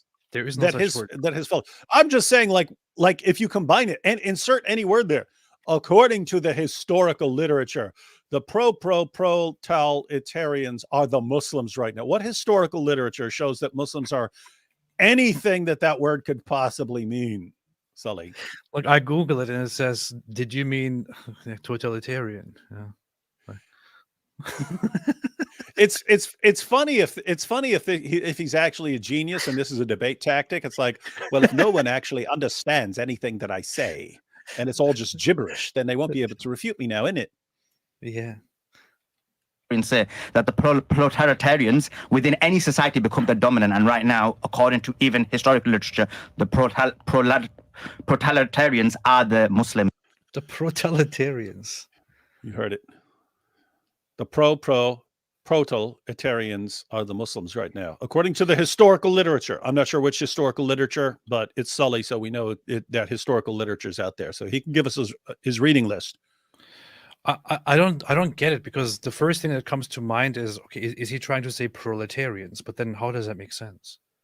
That would be the working class, but that doesn't make sense. No, it doesn't. I don't get it. It's according to the historical literature, the bourgeoisie, then that's the Muslims right now, and they're going to dominate society. I want to just join Destiny's live stream sometime and ask him if he agrees. Do you know what he said? What is this? Like, even the captions are like, what is going on? The Gargat trees are a plant in the genus Lycium, which include goji berries. So feed your kids goji berries to protect against Muslims. This is only a speculation, though, I think. Because nobody really actually know what the Gargat tree is. The Gargat tree. True. The Gargat tree. The Gargat tree. Okay, it's the Gargat tree. Nobody knows what the Gargat tree actually is. Want someone to find out, because I want an orchard of those things. Yeah, please, somebody find what the Gargat trees are, so I can plant some Gargat trees in my backyard and eat them all, or something like that. Maybe we should distribute Gargat trees all over Israel so that Jews can plant Gargat trees everywhere in Israel. Like Muslims already think they do. Alejandro Sudiro said, I am convinced that Islam is not man-made. Although I also believe that Islam is not the truth from God. So are you saying that this guy created Islam? Is that what you're saying? Because he did. And by the way, I'm not sure what you think this is, but this is Muhammad. Momo Jew says, some Jews spit on the floor. Most Jews condemn that 3,000 Muslims entered homes. Our people remove human parts. All the Muslims celebrate it. Yep, the same. It is precisely the same thing. Yep, all Muslims do that stuff. Noamto made a super chat and said, DYK, that public EG radio Saud al-Arab in the 50s and 60s said they'll turn Israel to fish food. Get an appetite fish of the sea. By example, Muhammad Said, also men to the sea, women to us. Oh, really? This is the stuff that they do. They want to turn Israel into fish food. Old Duck, which actually is Odd Duck 97, says, I can't stay for the whole stream, but I always enjoy you guys talking about Momo the Chomo. Thank you so much. Thank you so much. That is a good name, Momo the Chomo. pretty based. Cup of Indian tea said the West stole the far forestine homework. Oh, that is true. That is true. That is true. Noemto said if anyone says from the river doesn't call for genocide, you literally have recordings of public Arab radio broadcasting it, which popularized it. Yeah. Yeah. If anyone says from the yeah. That is what it is for. I mean, there should be no debate about it. It's quite obvious. It means destroy Israel. All of this belongs to, will be Palestine, shall be Palestine. Get rid of the Zionists. That's what it was always about. Anyone who denies this or tries to change it is just a liar. That's it. Admittedly, there are some brainless, ignorant people who don't know what they're talking about, who jumped into this conflict. But most people are lying about it. Lord Stannis, by the way, never buy crackling from a molehill. Yes. What does that even mean? I don't English. Don't know. EMS said there are only two kinds of people who are obsessed with missing Jewish foreskins: Jew haters and me, because I have a bad case of Kippah fever. Huh. That's interesting. Artai Bretema said Lucas Cage used to go by Angelo John Cage and belonged to one of those groups until he disappeared and came back with a new name and internet persona. Huh. I didn't know about that. I mean, the guy is obviously a Nazi, so I did not see anything about him before this whole issue escalated. Apostate Proud Irishman says, that looks kind of like me. Dear Diary, day 176, hiding from Talmud extremists. Yeah, that's what happens. That's what they do. Jesse, I just discovered some history about the Moroccan soldiers in World War II fighting alongside the French, raped over 60,000 men, women, children in Italy. I thought the Germans and Russians were bad. The French. You can't trust the French, man. Sulaiman shows what, David? What? He's talking about the Moroccans, weirdo. I know. It's talking about. But I wouldn't trust the French either. Yeah. DK said, Sulaiman shows how to manipulate public perception. It's not what you say, it's how you say it. Analogous to the conflict. Optics, truth. Destiny, get a suit. No, I think Destiny shouldn't get a suit. In fact, no, he wouldn't be Destiny in a suit. Yes, he would be Destiny's child if he got a suit. In fact, he needs to go back to blue hair. Yes. He needs to be Destiny. Don't get a suit. Isn't there a saying? Is there a saying in English on how putting something like a suit on you won't change your nature? There's a saying always in all kinds of different languages about how putting something nice on you won't turn you into something different. In America, we say you can't polish a turd. See? Quite concise. And in this case here, that's what they were going for. Didn't work. Asbjörn Lomborg said there's a combined 30 IQ points in those comments. How could you say this? Jack Emov, Mr. Bukaki, are you you're raped in the mind? Mark Roman, AP got bombed so hard he ended up in Germany. Actually, it was different. So I was first in Germany, where nothing was happening. Then we moved to Turkey. In Turkey, I got bombed to the ground so hard that I ended up in America.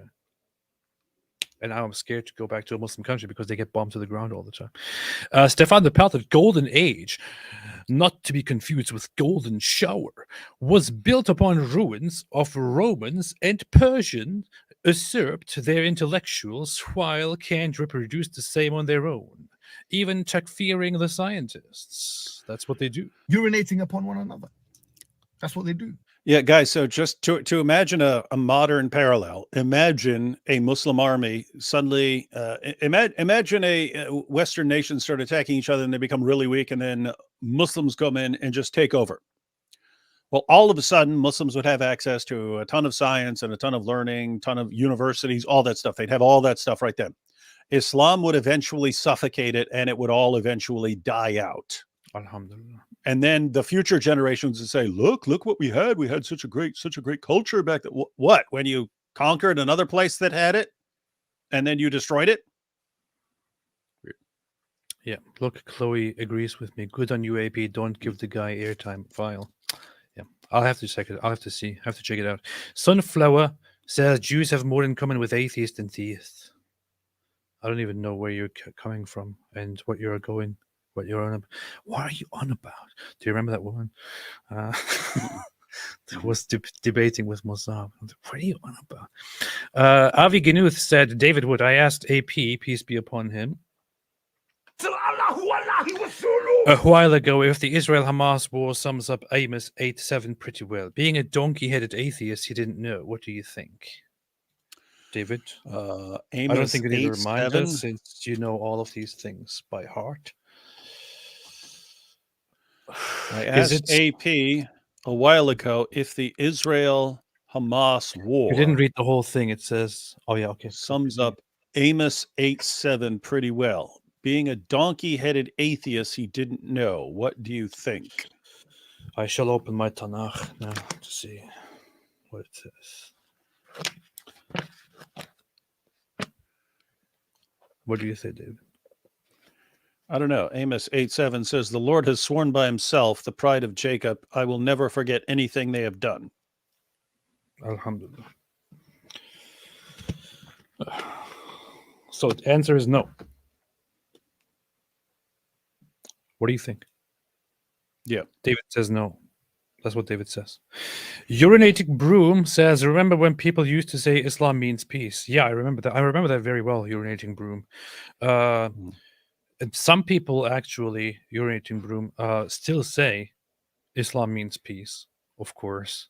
I wouldn't expect this from you, Urinating Broom, but some people obviously still have this whole messed up idea, this whole wrong idea, this whole misunderstanding that Islam means peace. But thank you, dear Urinating Broom, for bringing this to our attention. It is, in fact, not true. Islam does not mean peace and is not peaceful. But thank you for your super chat, Urinating Broom. Stefan de Pelted, I already read this. Ari Wasserman said, people correctly found jokes I made in the heat of the moment during the live stream about Rahma Zain's debate with Masabaz and Youssef inappropriate and misogynistic. For that, I honestly and sincerely apologize. Huh. Here's the thing, Ari. You have been so humorous on this channel so far that I'm not supposed to. I'm not sure if this is actually serious or not. But in case you are, in case it is serious, yes, that's good. That's good. That's good. That's good. That's good. That's good. That's good. Thank you. Striker A said, little known fact, the Jews both caused the Iran-Iraq war and they made Saddam Hussein invade Kuwait. Oh, and the Afghan communist coup in 1978. Yeah, there's also the Jews were responsible for the extinction of dinosaurs, and there was also actually a recent article which it's not entirely completely accepted by the scientific community, but it has been introduced as a hypothesis that that Israel and Jews were actually behind what is now known as the Big Bang. But I would still wait for further investigations and further research by scientists. Michelle G said, the founder of Islam, Muhammad, versus the founder of Christianity, Jesus Christ. The difference is darkness versus light. Everything is different in their teachings. That's exactly what Destiny said. You know, you're just copying Destiny. Well, but Sneeko says Jesus is a Muslim, so that solves it. But Sneeko says that Muslim just means somebody who submits, upon which it can be responded that somebody who wears a gimp suit is also a Muslim. So that's that. And in fact, you could then infer that you can also refer to a gimp suit as a Muslim suit. Mm-hmm. So, which I'm sure it's my thawb, which I'm sure Mohammed Hijab would really appreciate. But yeah, no, I agree. There is a huge contrast between Jesus and Muhammad, morally completely different people, and decent people should prefer one over the other. And of course, by that I mean they should prefer Muhammad. Yeah. Just kidding. Don't even think for a second that somebody could take this seriously. Nobody shall take this seriously. Of course, you should prefer Jesus over Momo. Mankind's Prophet said this is for poor homeless David. This is true. David, since when are you homeless? I don't know. Mrs. I'll take Weasel says David Wood the other night regarding Sneeko at 12201. Sneeko says the Quran is unchanging. At 13442, Destiny pokes back with static, unchanging holy book. 13525, Sneeko calls the Quran perfect. Huh. David, We didn't go through that, did we? we didn't go through that, no. I might need to go through that because that was after his discussion with Chris, where Chris broke down the 10 different kirat, and Sneeko said, "Yeah, I'll study that. I'll study that," and obviously didn't. I might want to do something about that. I want to call him out for that. That's big. In other words, pretty easy to put those clips together. Here's where it was explained to you, and it was explained exactly where you can find the evidence. And here's you pretending that never happened. That's cool. That's cool. Martyr Mouse said business idea: move to Israel, open a gentleman's club, call it the Gaza Strip. Pretty sure somebody did that already. The Gaza Strip Club. I was referring to people in Gaza as the Gaza strippers because I didn't know how else to call them. But then I found out that that's apparently not appropriate, so I stopped doing that. Creamo the Dreamer, with a very inappropriate profile picture of food, says, "What do you make of anti-Zionist Jews? Are they the cultural equivalent of Sephardim, who once said better the Turkish turban than the papal tiara?" It depends on which Jews you're talking about. There are those who are anti-Zionist Jews who are secular people, and then there are those who religiously motivated are anti-Zionist Jews. Completely different motives, completely different purpose, completely different attitudes. Depends on who we are speaking to. I can't say very much about the religious side, except for the Netanyahu Carter, who are just despicable people. Yeah, I think the religious ones believe that the punishment for breaking the covenant was that they would be scattered among the nations, and that's not being fixed until the Messiah returns. And if you decide to do it yourself, it would be kind of like the red heifer group saying we're doing this, even though what they view as a prophecy is that the Messiah is going to do it. It's like we're going to go ahead and do it. We're going to go ahead and do it ourselves. So I think they regard taking the land back as like, you're not supposed to be doing this. You're not supposed to be doing this right now. You're supposed to sit back and wait and take your punishment until the Messiah returns. Yes. Or if you try to trump that, you're like delaying the coming of the Messiah because you guys are in more rebellion. I think it's something like that. But I definitely do not fully grasp the reasoning. Yes. There is I remember Dr. Ahmed both talking about this issue and also making a tweet, which I always liked, which I always had that handy, just like her book that I always have handy here, which is this one, which says we should all be Zionists. But she was even Muslims should be Zionists. Yes. Even Sulaiman Ahmed should be a Zionist. Yes, even he should be. But she was explaining how when she speaks to students, it is always very interesting when they figure out that when religious anti-Zionists are against the state of Israel, they are actually for Zionism. They are for the existence of Israel, just not now, but later. Mm-hmm. So it is a funny realization that people get. Well, it is funny because you'll have these guys side by side with Muslims, and Muslims will be saying, "You see, these are the true Jews." Wait, those guys believe they're taking the land. They're going to have the land.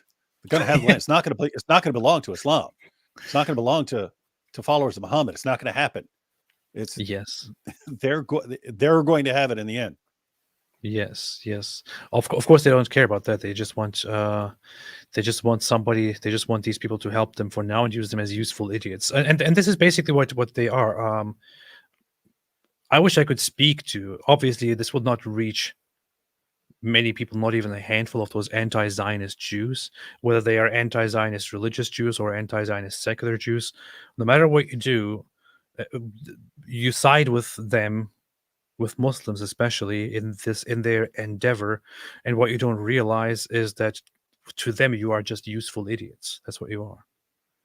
You are actually to them useful idiots. That's how they see you. Useful idiots who will just help us fight this whole evil Israel thing. They don't care about you. They just want to use you. That's it. Some of them want to use you. But yeah, I would say that all of them can eat cake. Yep. Terrible people. Moo Cow said 72 is too generous. Oh yeah, and when we talk about secular Jewish anti-Zionists, don't even get me started. Moo Cow says 72 is too generous. His obsession with Jews places him near Gaza IQ, 67.9. This is very, very disrespectful and factual. 00Govan00 says, you guys heard Susan Sarandon and Friends hit single? What? Really? I have no idea what this is even about or what this is saying. Avi getting with David Wood. I already read this. What's wrong with you, man? Goat Hop says, Islam may not be the future, but goats can be in yours.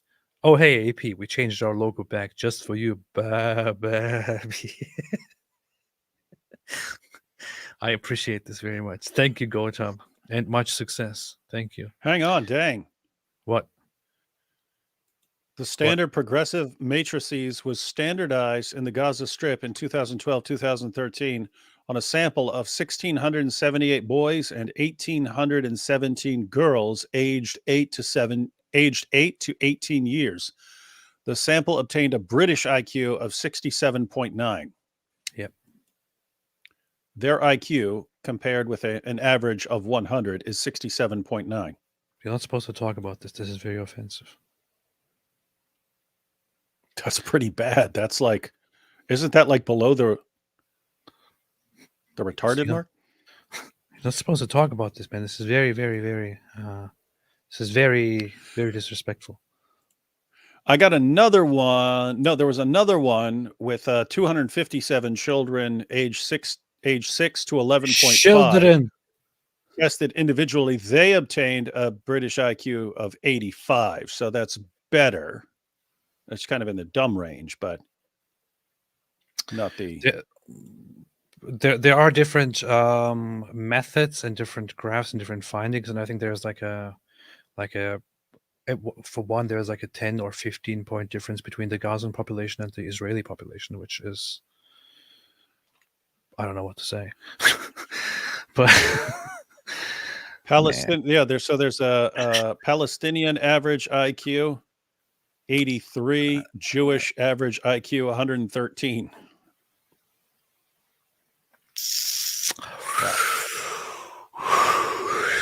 This is very disrespectful. You're not supposed to talk about that. Over 30% of marriages in Gaza between first cousins, average IQ 67.9. But it's because the Zionists. For comparison, Forrest Gump's IQ, it was 75. It's because Zionists keep them stupid. That's why it happens. It's all the Zionists. What you're not taking into consideration is Zionism. Urinating Broom said, but why did it stop at the borders of Europe? Well, because it just didn't work. Because it wasn't successful there. Didn't work there. Why are you stuttering? Why stuttering? Suddenly he said, if David Wood did something bad, it would only be 2.7% his fault. That's true. Yeah. I'm 2.7% Jewish, ladies and gentlemen. So if I do something bad, it's 2.7 my fault. Alhamdulillah. 2.7%. Sorry, Hosea87 says Avi Ginuth. Oh, Hosea 87. You didn't even get the reference right, and now it's my fault. Yes, it's your fault. It's always your fault. Always your fault. is all the Oh, Jewish. yeah. If you want to apply that, they sow the wind and reap the whirlwind. Yeah, I mean, in context, that's Israel. That's Israel doing something, but you can apply that as a principle. That has become a sort of a saying. You sow the wind and reap the whirlwind. Aisha's goat. Hey, what's up? Says, can we get more warriors for Christ instead of cowards for hippies?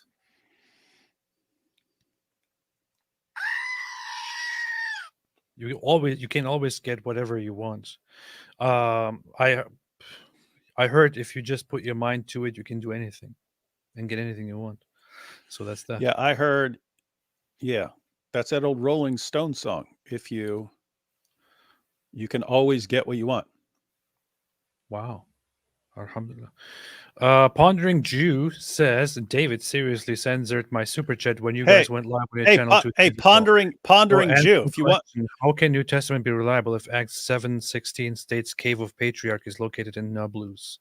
Hey, Pondering Jew. If you include in your chat message, without lies, Christianity dies, I reserve the right to just ignore you. So learn to actually ask questions in a more respectful fashion instead of without lies, Christianity dies. This is and actually then come an back and ask a question. This is actually an Islamic account, by the way. Yeah, not shocking. This is an Islamic account, definitely. Dankworth Baltazar said, "What Jew standard is he complaining about?" The Jewel standard, the Jew standard. Noam Cho says, "How could historical literature talk about now?" Well, didn't you listen? Didn't you listen? I mean, he said it right there. He said the Proletarian since said that historical literature talks about now, especially when you talk about the Renaissance. That is exactly what happens. See, Gwyneth Isaacs said proto-totalitarians or proto-totalitarians both fit. Yeah, pretty much. Yeah, pretty much. Because he's saying it's Muslims. Yep. Yeah. Red Olympics said sell some Rarqat tree merch. I should. Ooh, hey, that's a good idea. That's a good idea. If you get a shirt with a Garca tree on it and say "Now you're safe," that's a good idea. Wear this shirt. It's like camouflage to Muslims. This is the second fantastic idea that I've heard in a while regarding merch. The first one actually came from you, when I said at some point, "Real men leave Islam," and you said you should put that on a shirt. And I thought to myself, "Hey, wait a minute, that's a good idea." So it's totally good. Yes, Garga tree shirts. That's a good idea. That's a good idea. So there are multiple trees that could be the Garca tree. No one knows. So you just have to pick one. You have to pick whichever one would look coolest. Yeah, pick whichever one would look coolest on a tree.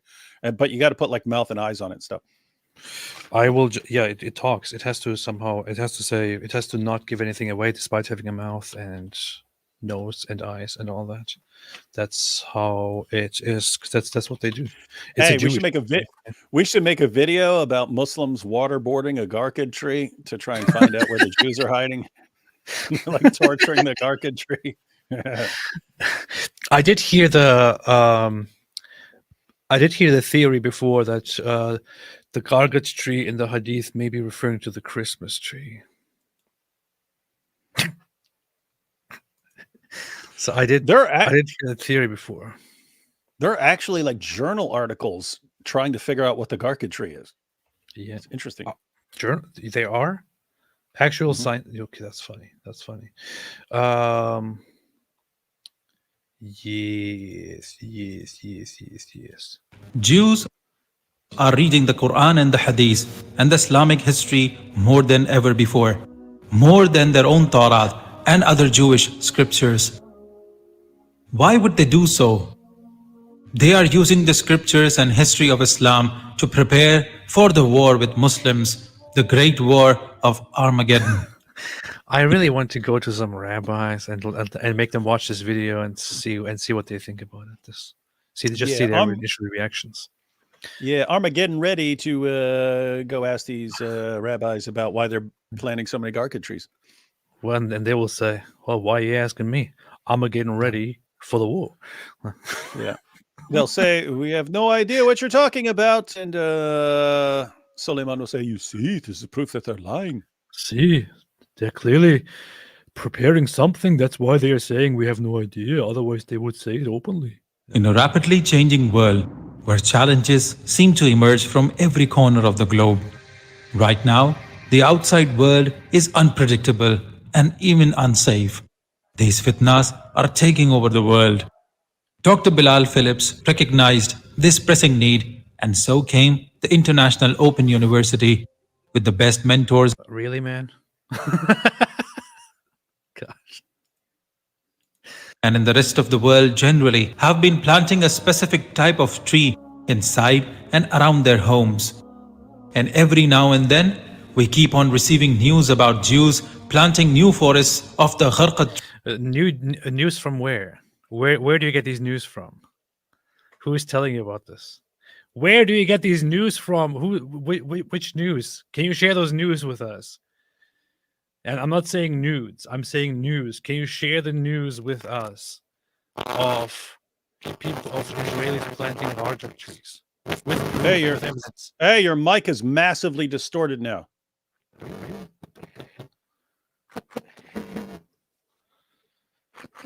Remember it used to do that? You sound terrible. How about now? How about no? Yeah, you sound fine now. That's weird. That was very, very weird.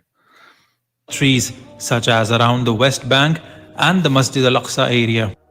The Gharqad tree is... I'm really curious, where exactly around the Al-Aqsa area are they planting trees?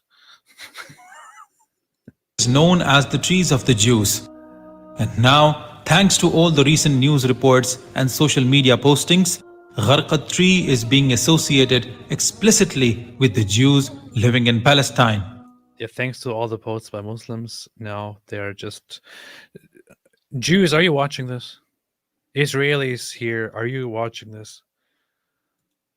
These people actually think that you guys are aware of these ridiculous prophecies about the end and the Gharqad trees, which is the tree of the Jews, which will not give you away, while all of the other trees and rocks will say there's a Jew behind me, come and kill him. These guys actually think that you all are aware of this stuff and you are all desperately planting these trees. But why is that? Why only this tree? If you go through all the religious scriptures, including Bible and the Torah, only one source has linked Gharqad trees and the Jews, and that is Quran and Hadith. It's actually not mentioned in the Quran, it's in the Hadiths, and what a funny thing to say. We only find this in the Quran. We only find this in Islamic scripture. You see? Okay, yeah. So what? Now can you show us evidence that Jews are actually doing this in Israel? No. And in the entire video, it will not happen. Because this is what they do. This is what they do. They go with these ridiculously idiotic conspiracy theories. And the audience, the Muslim audiences, actually believe them. Okay. This is the most unhinged video I've seen in all of 2024. At least some reasonable people here. But around that, you will see stuff like, whatever they do, they will not succeed. Allah will punish them. These people are retarded. There is no other way to put it. I'm sorry. This is why you will always be miserable, Muslims. This is why the Muslim world will always be miserable, while those very people that you accuse, the Jews, are prospering. And then you complain again and say it was the Jews. The Jews made us complain about the Jews, so we couldn't develop. Hey, Isa, what's up? Isa Kabir said, how are you all doing? Anti-Semitism is a real problem. It is indeed. Thank you for pointing that out. Alhamdulillah. Christopher Keating said, it makes perfect sense. The proletarians are the oppressed class in Marxism, and the Muslims are in the new oppressed classes for neo-Marxists. That's the only way I could see it, but it just, I don't know, man. I don't know. I don't know what to say. I don't know what to say. AP saying it. Yes, I am. Jeshurun said, "Will hiding behind cannabis trees." That's a good idea. If Jew have a plan to protect them, what about the Christians then? Christians don't need protection because they will be taken care of in different way. Because Jews bad, and even nature will say, oh, we know what is this. We know we hate Jews too. The tree will say, Muslim, come over here. Look at me, Muslim, come over here. Come here, Abdullah. There is a Jew behind me. Kill Jew. That's what the trees will say in the Islamic future. Red Olympus says, unfortunately, the spitting video comes to the top of the results when you search about the religion. That's because people are retarded. Grace174 says he means to say proletariat. He's just doing a bad Marxist analysis. Proletariat. How Muslims will rise up from being oppressed because they're little guys. I don't even know. It doesn't even make sense. Even in that sense, it doesn't even make sense. I don't get it. I really don't get it. Gnome2 says if someone is ignorant and they give an ignorant statement, they're liars because they lie that they know what they're talking about. Kind of. David, what are you obsessed with right now? What? What are you looking at? Bunch of stuff. German AP said the future is German. Look at this profile picture. Phobos Holsters made a super chat. Thank you so much for the shekels from Mossad directly. Gnome 2, is David's 2% Jew DNA what separates him from chimps? It is, I think. I think it is.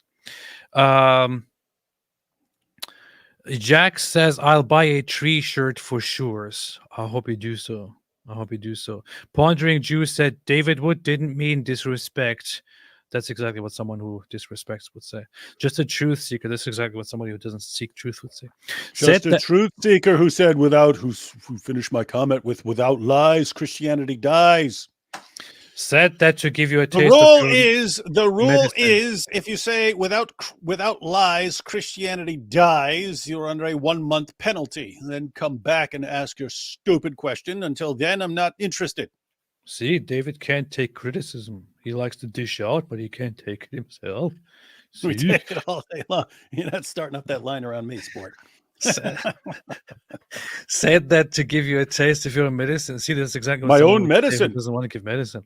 I'm Israeli, not Muslim. Yeah, that's exactly what giving you your own medicine. All right, you can give me my own medicine on your show. That's exactly what a non-Israeli and a Muslim would say. But yeah, would appreciate if you could answer the question. That's exactly what someone would say who wouldn't appreciate the question. You come back 1 month, ask your question in a respectful manner. Okay, I will send your question to David every day to see what he says. No, you can wait a month. I'll block you all.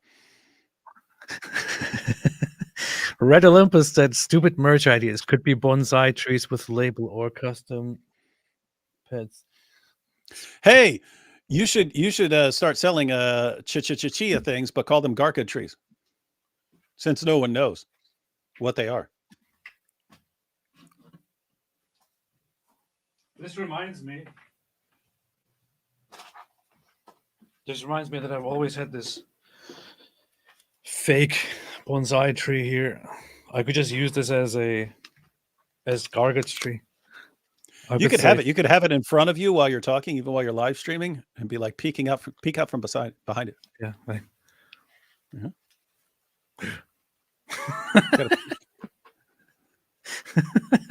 This really doesn't defeat the allegations that I just have all kinds of different things in my background and just pull them out whenever, all kinds of random things. Yeah, it's like Grand Theft Auto. Yeah. Look at it. This tree will never say a single word. Not sure how it's supposed to hide anyone though. Look at this. Anyway. So, Prophetess says Momo loved his leather strap-ons. This is very, very disrespectful. I like it. Jack said, I'll buy a tree shirt for sure. I hope you do. Red Olympus said, personalized watering can, Rarkat tree grower. Well, that's very nice. That's very, very That would be nice. cool. Watering can. Get your own watering can. Garlic tree Yeah. grower. And garlic tree seeds. Grower.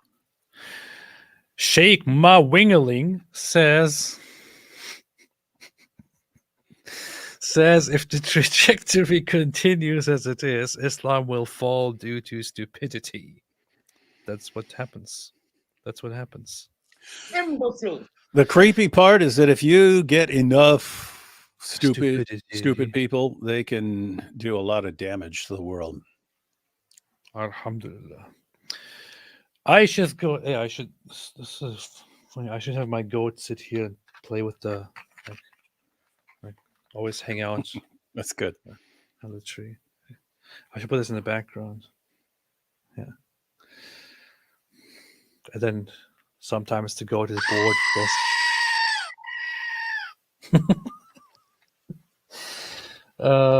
Anyway. Palestine is not a place or a people. It's a political movement to genocide all humans capable of critical thinking. This is true. It's funny because the whole Palestinian identity, I mean, this is actually you could say that, you could make that argument that, so the Palestinian people back in the times of the British mandate for Palestine or mandatory Palestine, Palestinian just referred to anyone who was there. And especially, actually, to the Jewish population that was there, that was in preparation or in hopes of creating their own Jewish state and declaring independence. Those were the Palestinians. Palestine only became afterwards associated with this exclusive identity of those local Arabs who are not part of Israel. Before that, Jews were called Palestinian. Israel was called Palestinian.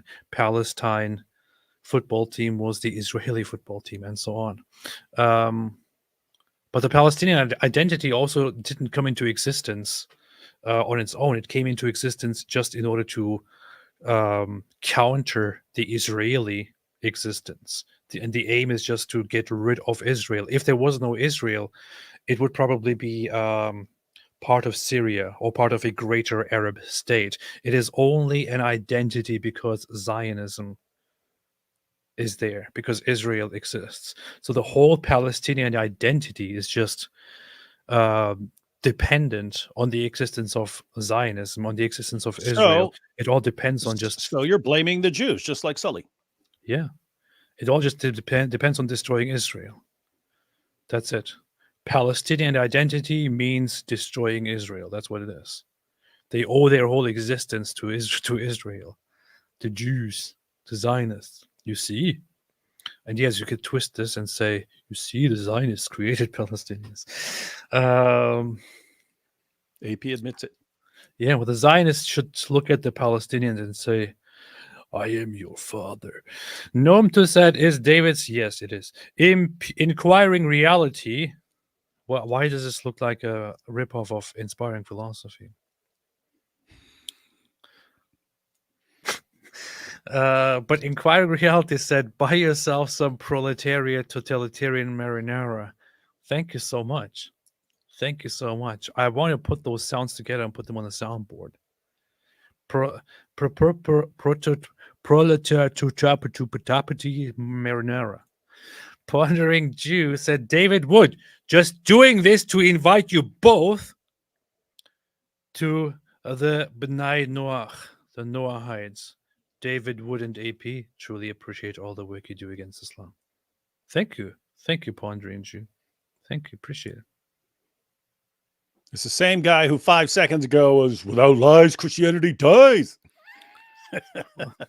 Why are you attacking this very nice person? Look at this. Red Olympus says, stupid merch ideas, custom seeds and labels, or a watering can. How about a watering can? Red Olympus said personalized watering can. Oh yeah. We read that earlier.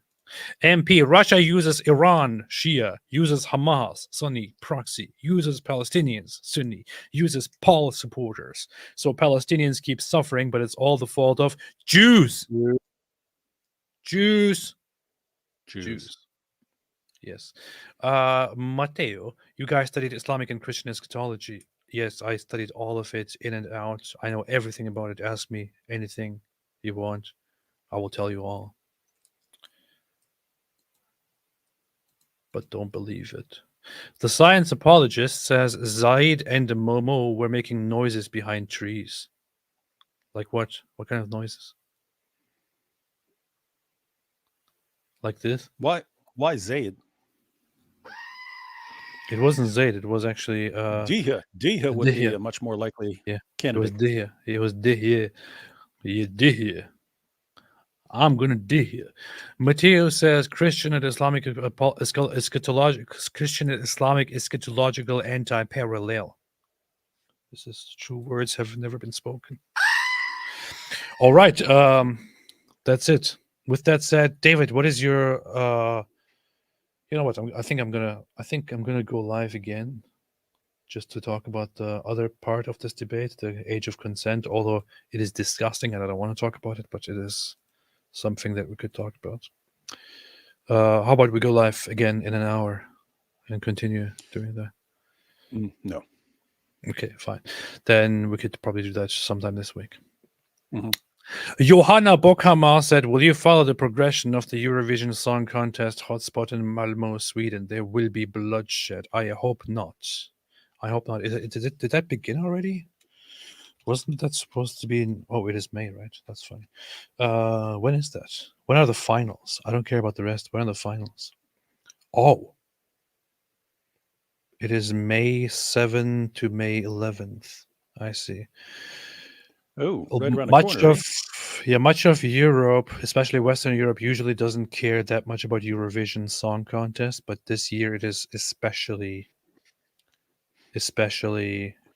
important because this ranks right up there with the World Cup for Americans because of Israel. Because they were boycotting and were demanding Israel to be kicked out and all that, and I don't know. Let's see how this goes. I don't even know what's going on. I need to follow this closely. Maybe I could comment on it. And I could turn this into a reaction to music channel. All right. CB said, hey guys, love from Australia. Unfortunately, we are having here issues here. A Muslim kid stabs a Christian priest and Muslims acting like they are the victims. That's terrible. What? A Muslim kid stabbed a priest there? In Australia? Wow. Yeah, and we pointed out the how different the cultures are. When the Christian priest got stabbed, the first message he posted afterwards was telling Christians, "Hey, do not react violently over this," and telling, "Hey, don't cause problems over this." Why stop? The only message to the Muslims was, "I forgive you." And you compare that after every single Islamic terrorist attack in the West, the message is of Muslims, like groups like the Council on American Islamic Relations, is not to tell Muslims not to do anything over this stuff. It's to tell non-Muslims, hey, you better not have a backlash. And we're all worried about the huge anti-Muslim backlash that never comes. It was totally different.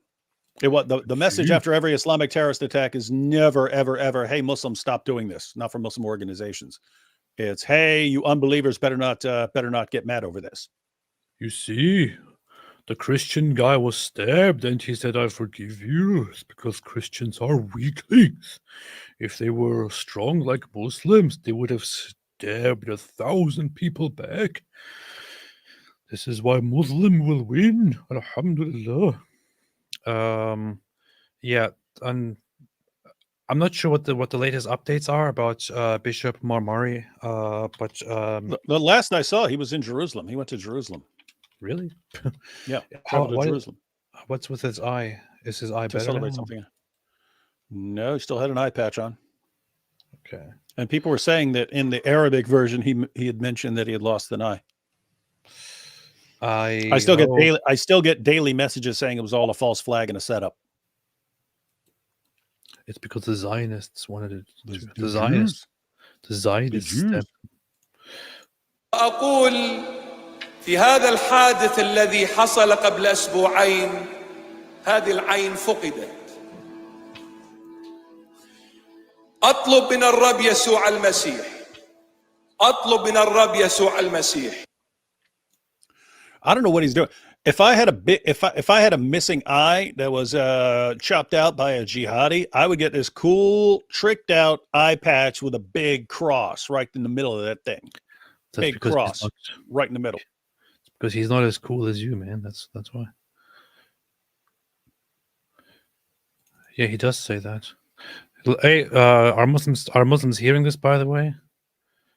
How he refers to Jesus? أطلب من الرب يسوع المسيح. يسوع المسيح. Are you hearing that, Muslims? أطلب من الرب يسوع المسيح. He's not saying Isa. Isa. That's what you say. He's not saying it. يسوع المسيح. أطلب من الرب يسوع المسيح. أطلب من الرب يسوع المسيح أن يقبل هذه العين كعربون محبة وعربون تضحية، ولكني أخجل أن أقول أنا أضحي للرب. ما صنعه الرب على خشبة الصليب لا يوجد إنسان على الإطلاق أن يوفي ما صنعه الرب يسوع المسيح، ولكن أصلي يا يسوعي الغالي الحبيب أن تقبل بنعمتك وبمحبتك، أن تقبل هذه العين عربون حب لكل إنسان مسلم أينما تواجد. أنا أعطيك عيني يا حبيبي المسلم، إن لا تبصر فأنا أكون العين لك، ولتكون هذه العين كما نقولها في اللهجة الدارجة العراقية، حبيبي أنت هاي العين تروح لك فدوة، هاي العين تروح لك فدوة حبيبي، هاي العين تروح لك فدوة يا الغالي. Wow. This is even more intense in love and forgiveness than his speech in Arabic, his speech in English. Whew. Okay. Well, right. Thanks everybody for watching. Anything else you want to say, David? No, we're good. No, we're not. Sulaiman said it all. Thank you, Sulaiman. Thank you, Sulaiman, for your fantastic comments. Eye patches, we'll get those too, with cargo trees on them. Thanks everyone for joining. We will be live tomorrow on David Wood's channel, where we will talk about interesting things. And unless, of course, the Zionists prevent us from doing so for whatever reason. Everything that goes wrong is because of the Zionists, as you heard from Sulaiman. Blame the Jews. Always blame the Jews. Whatever Jews you want to blame. Thanks, everybody. Have a fantastic day. And as always, stay away from the thing. Or stay away from Islam.